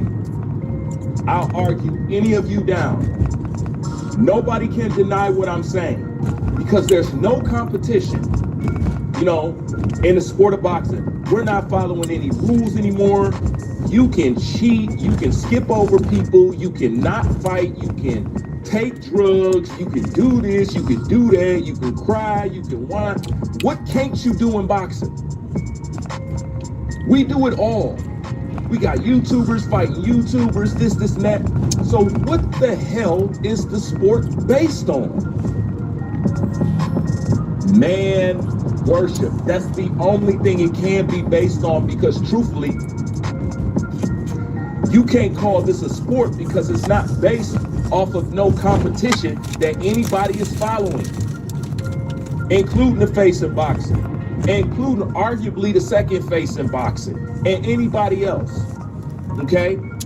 And the people who do try to operate with the spirit of competition, you know, and walk it like they talk it, boxing hates them, okay? Like I said before,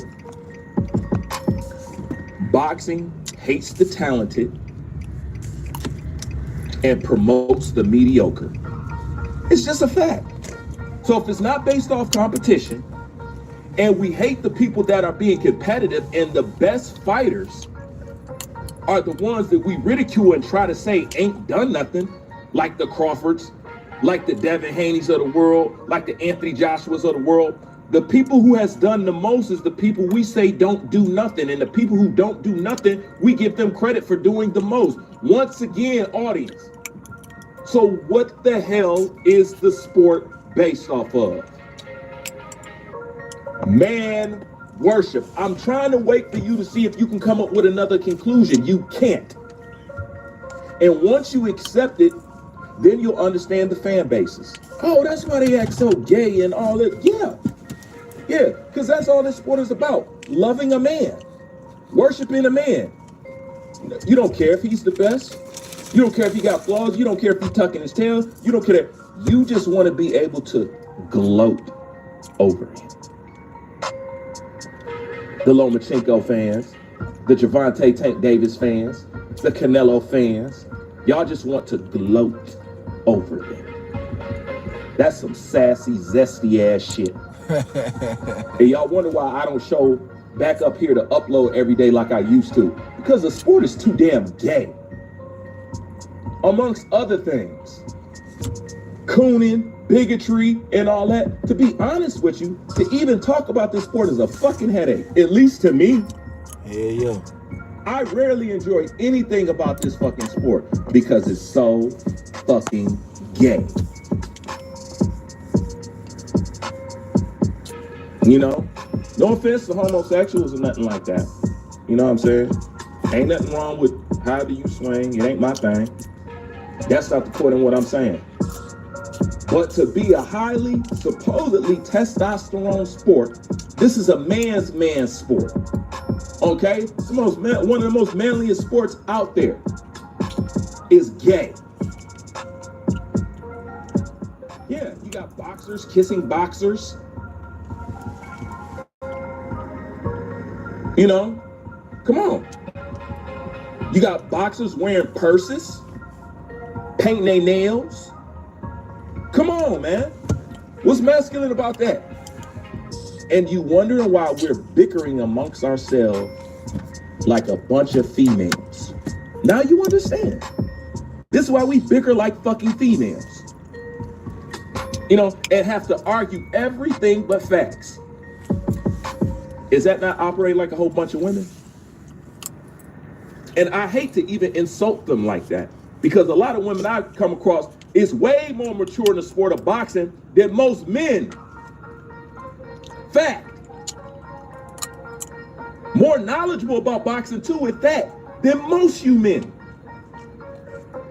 Because most of the people in boxing, as I already told you, is gamers.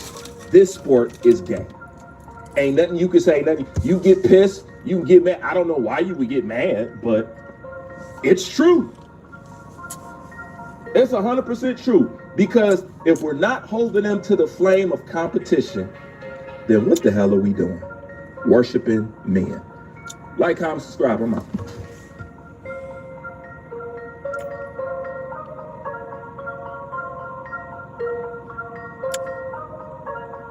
Most people injured in a car accident make a crucial mistake that could cost them tens of thousands of dollars or more.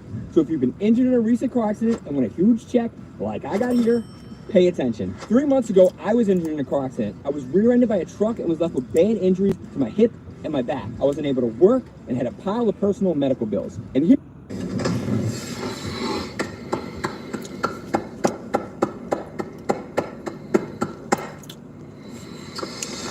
You know what, folks?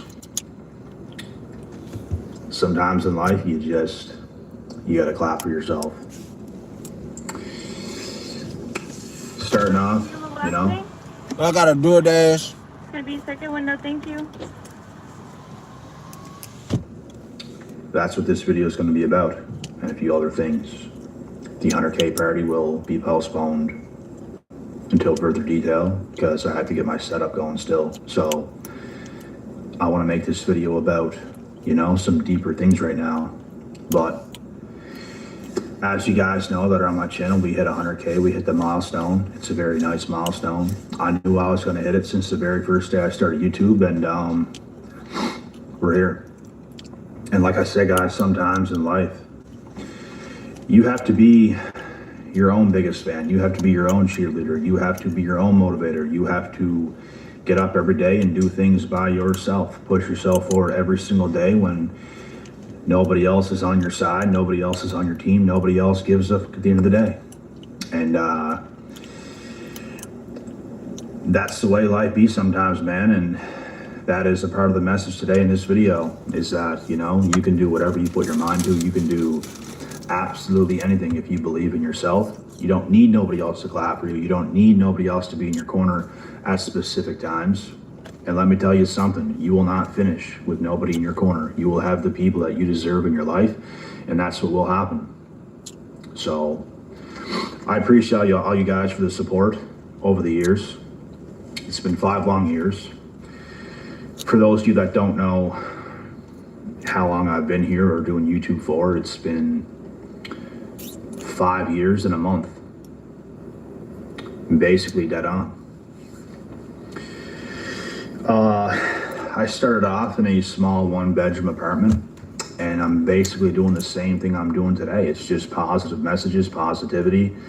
It's a lot of truth, a lot of awakenings that people have to go through, and I'm here to guide people through those, as we are not born wide awake, understanding life, understanding the world, understanding people or certain situations. We have to navigate ourselves through this life to figure shit out sometimes, and I did a good job at doing it, and I do a good job of leading people along the exact same path. And I guarantee you, over the years, bro, I talked to about 1,000 of you, and it's going to be a lot more going forward. It's going to be a lot more than 1,000. It's probably about there at this point, and that's a lot of talking. That's a lot of conversation, and you know, we did it.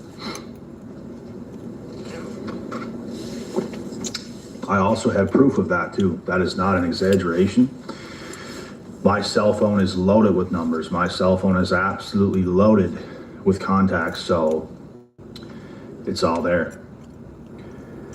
But yeah, man, I started out on this journey 5 years ago, and when I first started YouTube, I didn't have too much of a long-term vision at the time. It was more so I was starting out, and I just knew one thing in the back of my mind. I've been through a lot.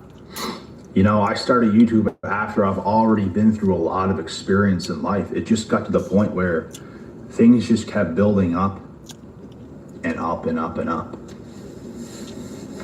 And I had so much to say.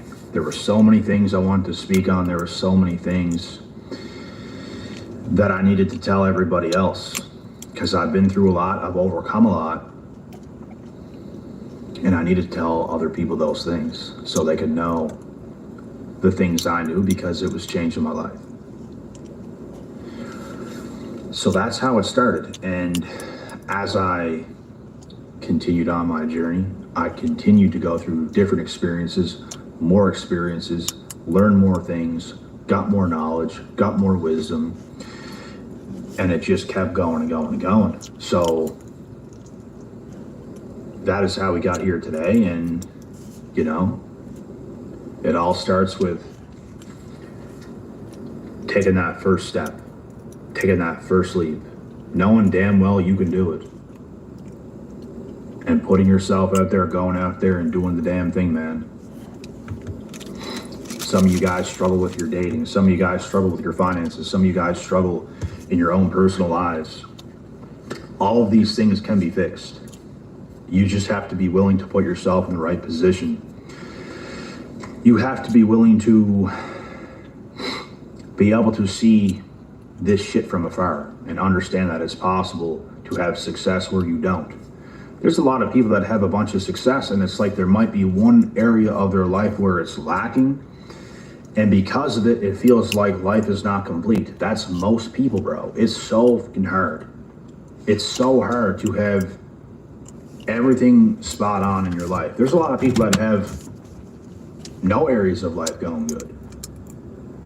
Like, no areas of life. And I've been there. Like, there is something missing in Yom Kippur. Growing up, many of us fasted and prayed in the synagogue, reciting beautiful songs and prayers. But very few of us actually study what God said about this day in Leviticus.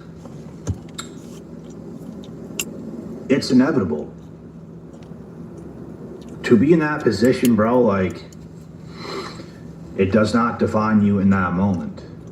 It's inevitable that it changes, but it only changes if you switch your mindset and your mentality, because if you don't, you will be stuck there forever. something has to give, something has to change. And you just have to be willing to fight for it. And if you're willing to fight for it, that is what you will make happen. Guaranteed, hands down. It will happen.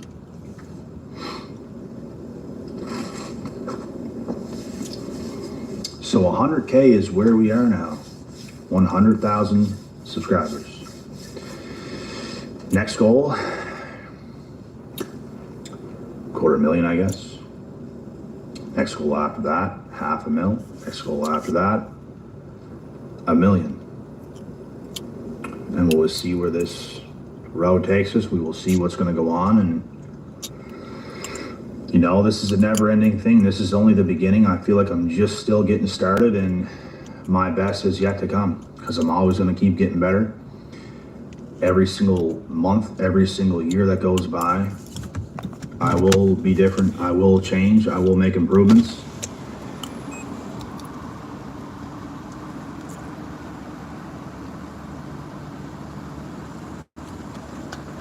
Can I get them a chicken Big Mac with the 4-piece and the double cheese and onions? DoorDash 162.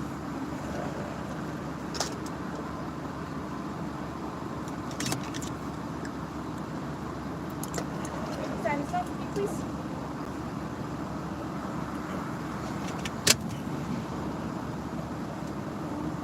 Drive west, then turn left. Thank you. Have a good night. You too. Hey, why you waiting here? Sorry? Why you waiting there? Waiting for food? Oh, you waiting for food? Yep. Oh.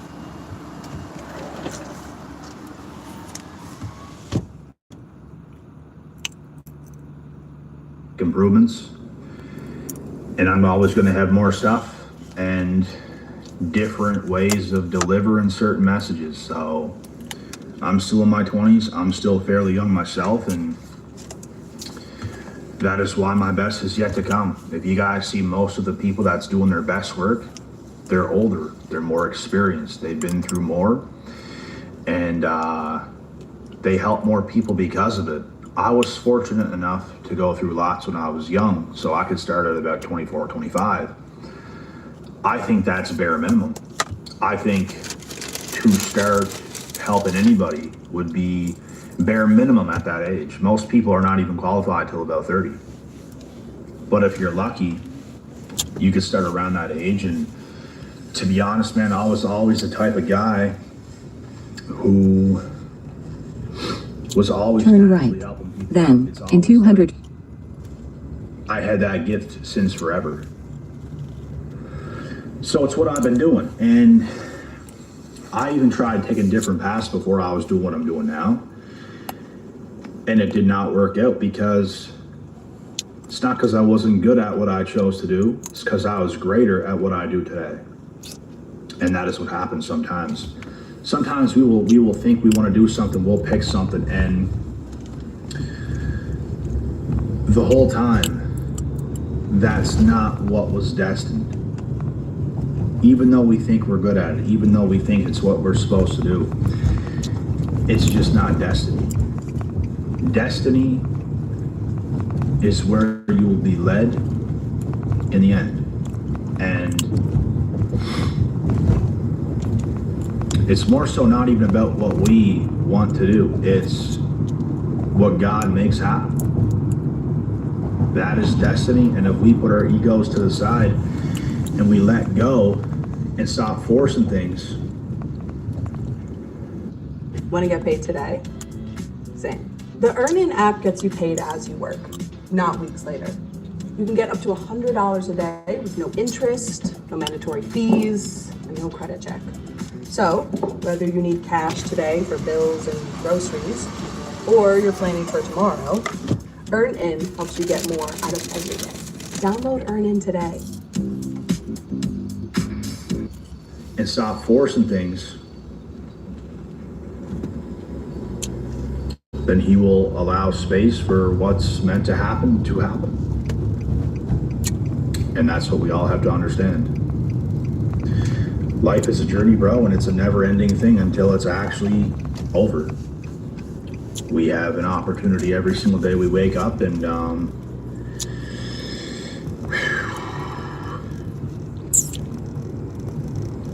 we have to capitalize on every single day.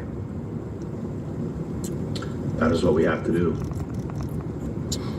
It's funny that it's pouring rain today. I don't know if you guys can hear it or not. I just got back inside. I was wearing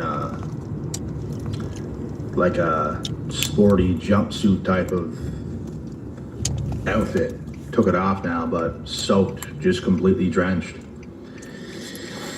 It's funny that that's going on today, but it is. Thunder and lightning and everything else. I wouldn't be surprised if the power went out. I would not be surprised. And the funny thing is too, this video would continue on if the power went out, because this is a camera and it's not plugged in, it's just on. The lights would go out, but the camera would still be on. But anyways, it's just funny how this is happening today. But yeah, man, I appreciate everybody for the support. I've seen lots of love. I've received lots of love, and it does not go unnoticed.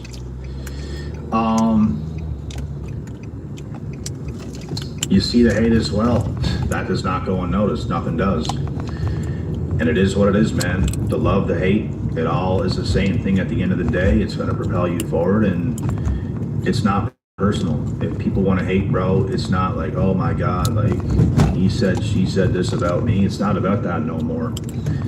When you're mature enough, you see through that shit, bro. It's not even, you know, if people want to present you with hate, bro, give them love back, because that's what they need. They're basically telling you that's what they need. It's the same thing with a female arguing with you, bro, like out of thin air. Like, what do you think they need? They need your love. What do you think? Like, we got to do a better job at understanding people and not take things the wrong ways, you know. Have a better understanding, and that is what we do here. We are here to learn, we are here to get better, and it's what we'll do. And sip on this non-caffeinated, decaf latte. I usually just drink black coffees, but it's late right now, so no caffeine for me. No, sir. Classic Tim Hortons. But yeah, guys, this won't be the longest video. I just wanted to show my love and appreciation and talk a little bit about my journey and how I got here, and a little bit of a reflection video. This is not the party that I'm gonna throw. I'm not gonna throw a massive party. It's just more so a little thing I'm gonna do, and it's gonna be on a live. So I'm gonna, you know. Damn, I need some gas. I keep thinking about it.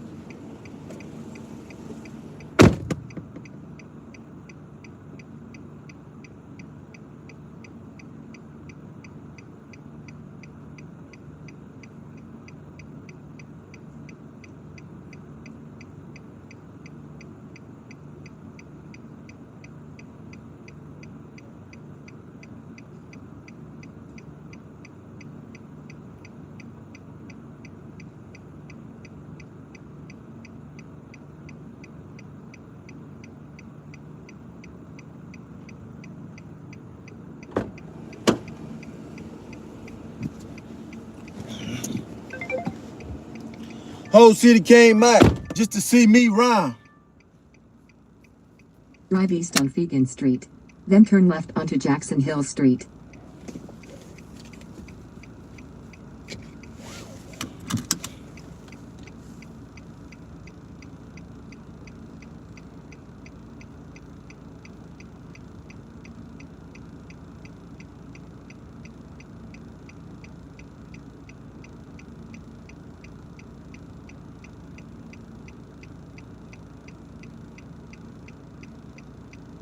Here's what burglars don't want you to know. There's the secret marketplace for home security systems. It can get you an entire... What happened? Like, how did you end up getting charged with armed robbery?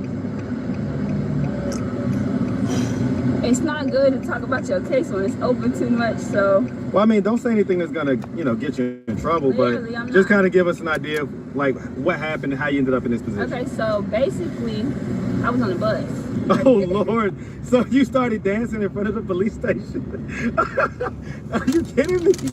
You're like, hey, come and get me. I was dancing there for 3 hours. 3 hours? Okay, but you didn't explain that to the officers or whatever? They put me on the news. You was on the news? Here in Atlanta? What's up, YouTube? I want to once again thank everybody who comes up to me in the street and shows me real love. Y'all don't even know. It keeps me thankful, keeps my tank full. Now back to the content. Now back to the content. Street interviews out here with another one. So we got a young lady with us today. How you doing today, miss? I'm good. All right, all right. So are you homeless? No, sir. Okay, so what's your situation? I really just got back in town. Okay, how about we rewind. Okay. I really just got out of jail in June, and I was in jail 5 months. Okay. For an armed robbery that I didn't commit. Armed robbery? Armed robbery. Okay.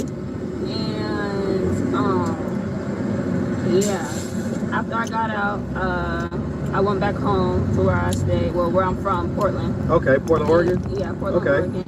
And I had to come back for court and things, you know, finish up whatever I got going on. Right, whatever the legal process is. Yes, sir. Okay, so who are you staying with while you're out here? A friend of a friend. A friend of a friend? A friend of a friend, kind of, but you know, I was cool with the people who got me situated. Okay. How old are you? I'm 19. 19? Damn. Okay, so you got out in June, you're from doing 5 months. Yeah. And okay, now it's for armed robbery. What happened? Like, how did you end up getting charged for armed robbery? It's not good to talk about your case when it's open too much, so. Well, I mean, don't say anything that's gonna, get you in trouble, but just kind of give us an idea of like what happened and how you ended up in this position. Okay, so basically, I was on a bus, and I was on a bus with 2 dudes. One of the dudes, I was like, I kind of knew. The other one I didn't know. It was his friend, and we were supposed to be going back to their spot, and then we got off the bus together, and the armed robbery ends up occurring, whatever. We end up splitting up though when we walk in the apartment. I'm walking in front of them, they're walking behind me. When I'm walking in the apartment, I hit a left. So at that point, I can't see them no more. And I guess in between me walking where I walked and coming right back, they had robbed somebody and they was leaving out the apartment. And when I seen them leaving out the apartment, I have walked up to them and we all left together. Guilty by association. Yeah. Okay, but you didn't explain that to the officers or whatever? They put me on the news. You was on the news? Here in Atlanta? Yeah. When? Back in February or January? But I was on the news and they put me on the news. They said they want to speak with me. They don't want to incarcerate me. And I didn't know I was on the news. And then I ended up figuring out I was on the news. Me personally, I don't want to go talk to the police, so I'm not going to walk up in there just to go talk to them. But I ended up figuring out I was on the news like 2-3 weeks after the fact. And then I was gonna leave town to Augusta. That's where my little brother stays and stuff. And I was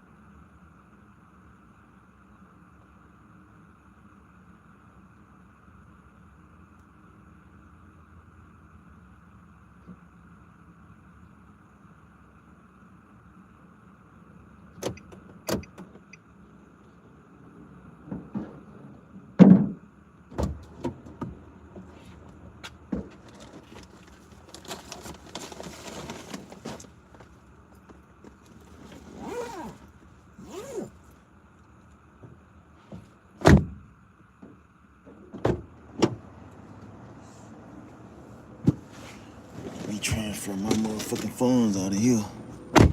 So, when DoorDash gonna deactivate my motherfucking ass?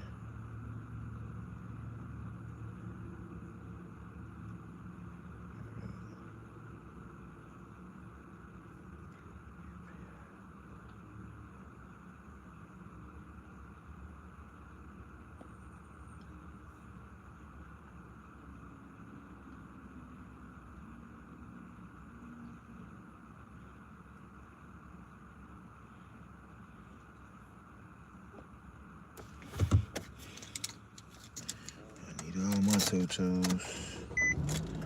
Every motherfucking cent. Every motherfucking cent, bitch. Drive.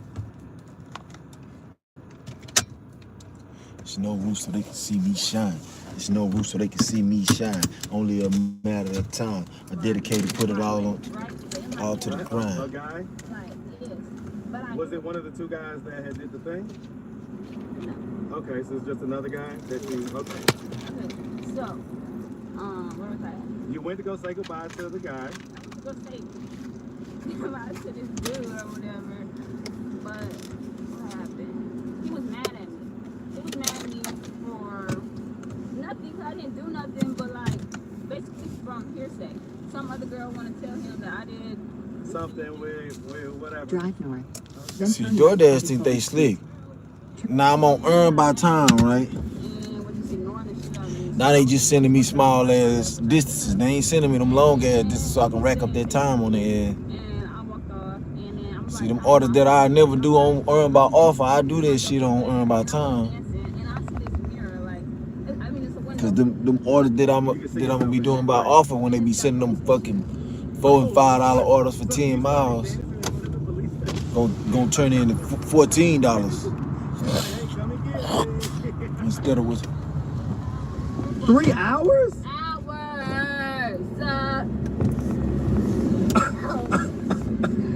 was there for them for hours in that mirror. Okay. And then it was 4 officers. They walked out the building. When they walk out the building, in my head, I'm like, no, she but I just like kept dancing. She just unbothered by that shit. Are we talking about the police station down there by the courthouse? Yeah, by the Greyhound. Right, by Garnett Station. Yeah. And then I was just like, in my shit, I'm dancing on this way, and I see them, I'm like, this kind of nice. Just kept turning around, and I kept dancing, and then they stopped. And it was like, it was 4 of them, like, it was really trying to confuse mine. It was like, are you such and such, and then someone else is like steady saying my name in the background, like over and over again, like my nickname that I go by. And then another officer saying some other shit, and another officer saying some other shit. And then they just start putting me in the cuffs. I didn't really say nothing because I was kind of in shock. They put me in the cuffs, and then I walked to that investigation room right there, and we go upstairs. I was crying my eyes out. I was crying as soon as they put the cuffs on me, because I was just like irritated. Clearly, I don't want to be in jail. I've been in jail before. And I been in jail before? For what? Twice. I've been in jail twice before then. For what? One time, I didn't do the shit again. Well, tell me for what first, and then we'll get in the story. But you said for what? Yeah, like what was you in jail twice before for? You really want to get into my crazy life, huh? No, I mean a little bit. Well, let's hear it. I mean, we'll be the judge of that, right? We've heard it all. The time before that, I was arguing with my ex. We got into a fight. There was this dude ended up picking me up. He said I could stay in his car. Then he went to this girl's house, this girl's hotel, who he considers his sister or some shit. And when we get to the hotel, like he was like, we go over here so you can shower and stuff like that. And I was like, all right. And then we go to the hotel, and the girl leaves in his car within like 30 minutes. And how should I put this? Just say anything. Just put it plainly. Just put it plainly. Okay, so we doing shrooms and shit. So I was chilling real bad, okay? Mm-hmm. And we in the hotel, and I'm doing my hair, braiding my hair because I do hair and stuff. And the police started knocking on the door. And he go to the door, he see who it is. It's police. He like, the police are at the door. I don't know why the police are at the door. And he starts like slick freaking out. It's like this older dude. Like he like, maybe like 50 years old. Oh shit. Okay? And he's like, I don't know, like the police here, and he's like getting really paranoid and shit. And then he starts saying like, I have a life sentence in Alabama, and I don't want to open the door for them, and technically, legally, we don't have to open the door and shit like that. And I'm thinking, you know, I didn't do shit. I'm here to shower, everything, you know, everything's smooth. Right. So I'm like, okay, well, if you don't feel comfortable opening the door, and supposedly that's the law, you know, I don't police for us, so you feel me? And then I don't open the door, and we sitting there and we waiting for like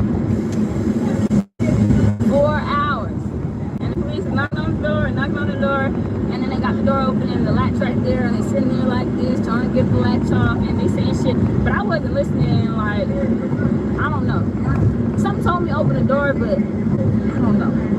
And then he like wanted us to wait till his sister came there to open the door. So when his sister got there, he was like, okay, you can open the door. I opened the door, the police came in, they put us in handcuffs immediately, and they was like, why y'all took so long to open the door? And I was like, can I ask what I'm being arrested for? And they didn't say shit, and I just stood there waiting, and I was kind of like saying something to them about them being black officers and how they're coming in here and come for us like this, when in reality, me personally, I didn't know shit. I don't know if he knew shit, but from what I know, we didn't know nothing. Y'all come here and just come for us just because of the situation, and you know what I'm saying? I get it, but black. what ended up happening? It was black. Listen, it was black. Right. That's what threw me off. Because I'm telling you, this is an important part of the story. Yeah, they be the worst ones sometimes. Because back home, like, it's hella white people. So sometimes, like, when I see, like, a lot of homeless people around and shit like that are black or doing really bad, like, it's different than being back home and they all white. Not to be weird. I get it. Yeah, or the same thing, like, when the officers were black, I'm just, like, kind of thinking in my head, like, damn, okay, whatever. And they was like, what do you mean? What's the difference? What does it, like, make it, like, what does it mean if we're black or not? And I was like, okay. And then they took us to the car. And we're in the car, and they finally tell me what I'm being charged with. And I'm being charged with fraud, identity theft, possession of a crack pipe, trespassing. Dang. They just threw a whole bunch of charges on you. And I was just like, what the f? You've never seen anything like this for transforming your life. There's a new powerful approach that's helping men and women efficiently unlock their hidden genius and attract wealth, health, and happiness. If you think you've tried everything, think again. This could be the game changer. Just like, what the f? Did the charges stick? The dude, he ended up going to Alabama, and he ended up taking all the charges. So, no, they didn't. So how long did you go to jail that night? Yeah, I went to jail that night. How long was you in jail for? Only 5 days. 5 days? Okay. Yeah. Let's walk down here real quick. We're going to walk and talk. Okay, so real quick. So, okay, we ain't got to go nowhere. It's all good. We ain't got to go nowhere. But, okay, so, all right, so real quick. You're 19. Let's just start from the beginning. Where are you from? Portland, Oregon. Hey man, shout out that Portland, Oregon, man. Shout out that whole West Coast, man, all day. You from the whole other side of the country. Let's get it. Yeah. All right, so and what are you doing? What'd you come out here for? Okay, so when I she like she freaked out, boy. Gonna eat that boy up.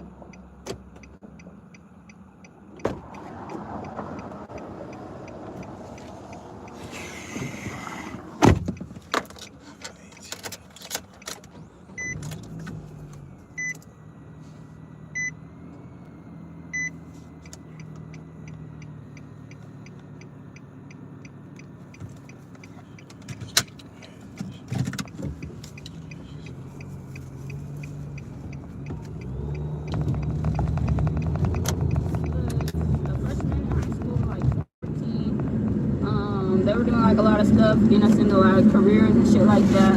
When I was 14, I decided I want to be an EMT and I want to move to Atlanta when I turned 18. So when I, like right for my birthday, I had drove out to Florida with my brother and my sister to like look at a college and shit. And then we ended up getting stuck on the side of the road, to be honest. We ended up getting stuck on the side of the road on the way back. And I had ran over a tire that was in the middle of the road. Ooh. And when I ran over the tire, like I pulled over or whatever, and the car wouldn't start back up, and I think all the tires were flat.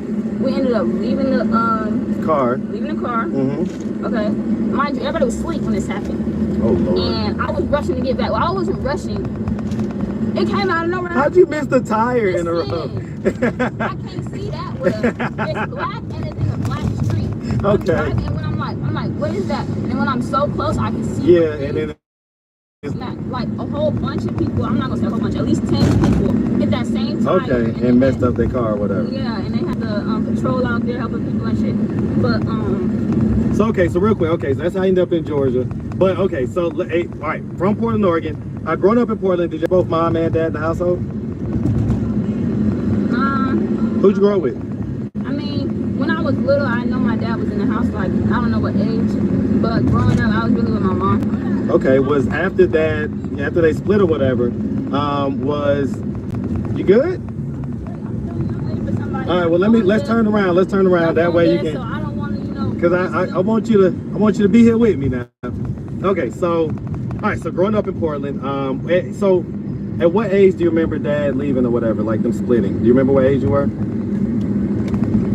No. Okay, but you just know that at some point he left, and was he like active and present still after he left, or what dwindled off? He left, not really. He came back when I was like in 7th grade. It's like around 12 or so.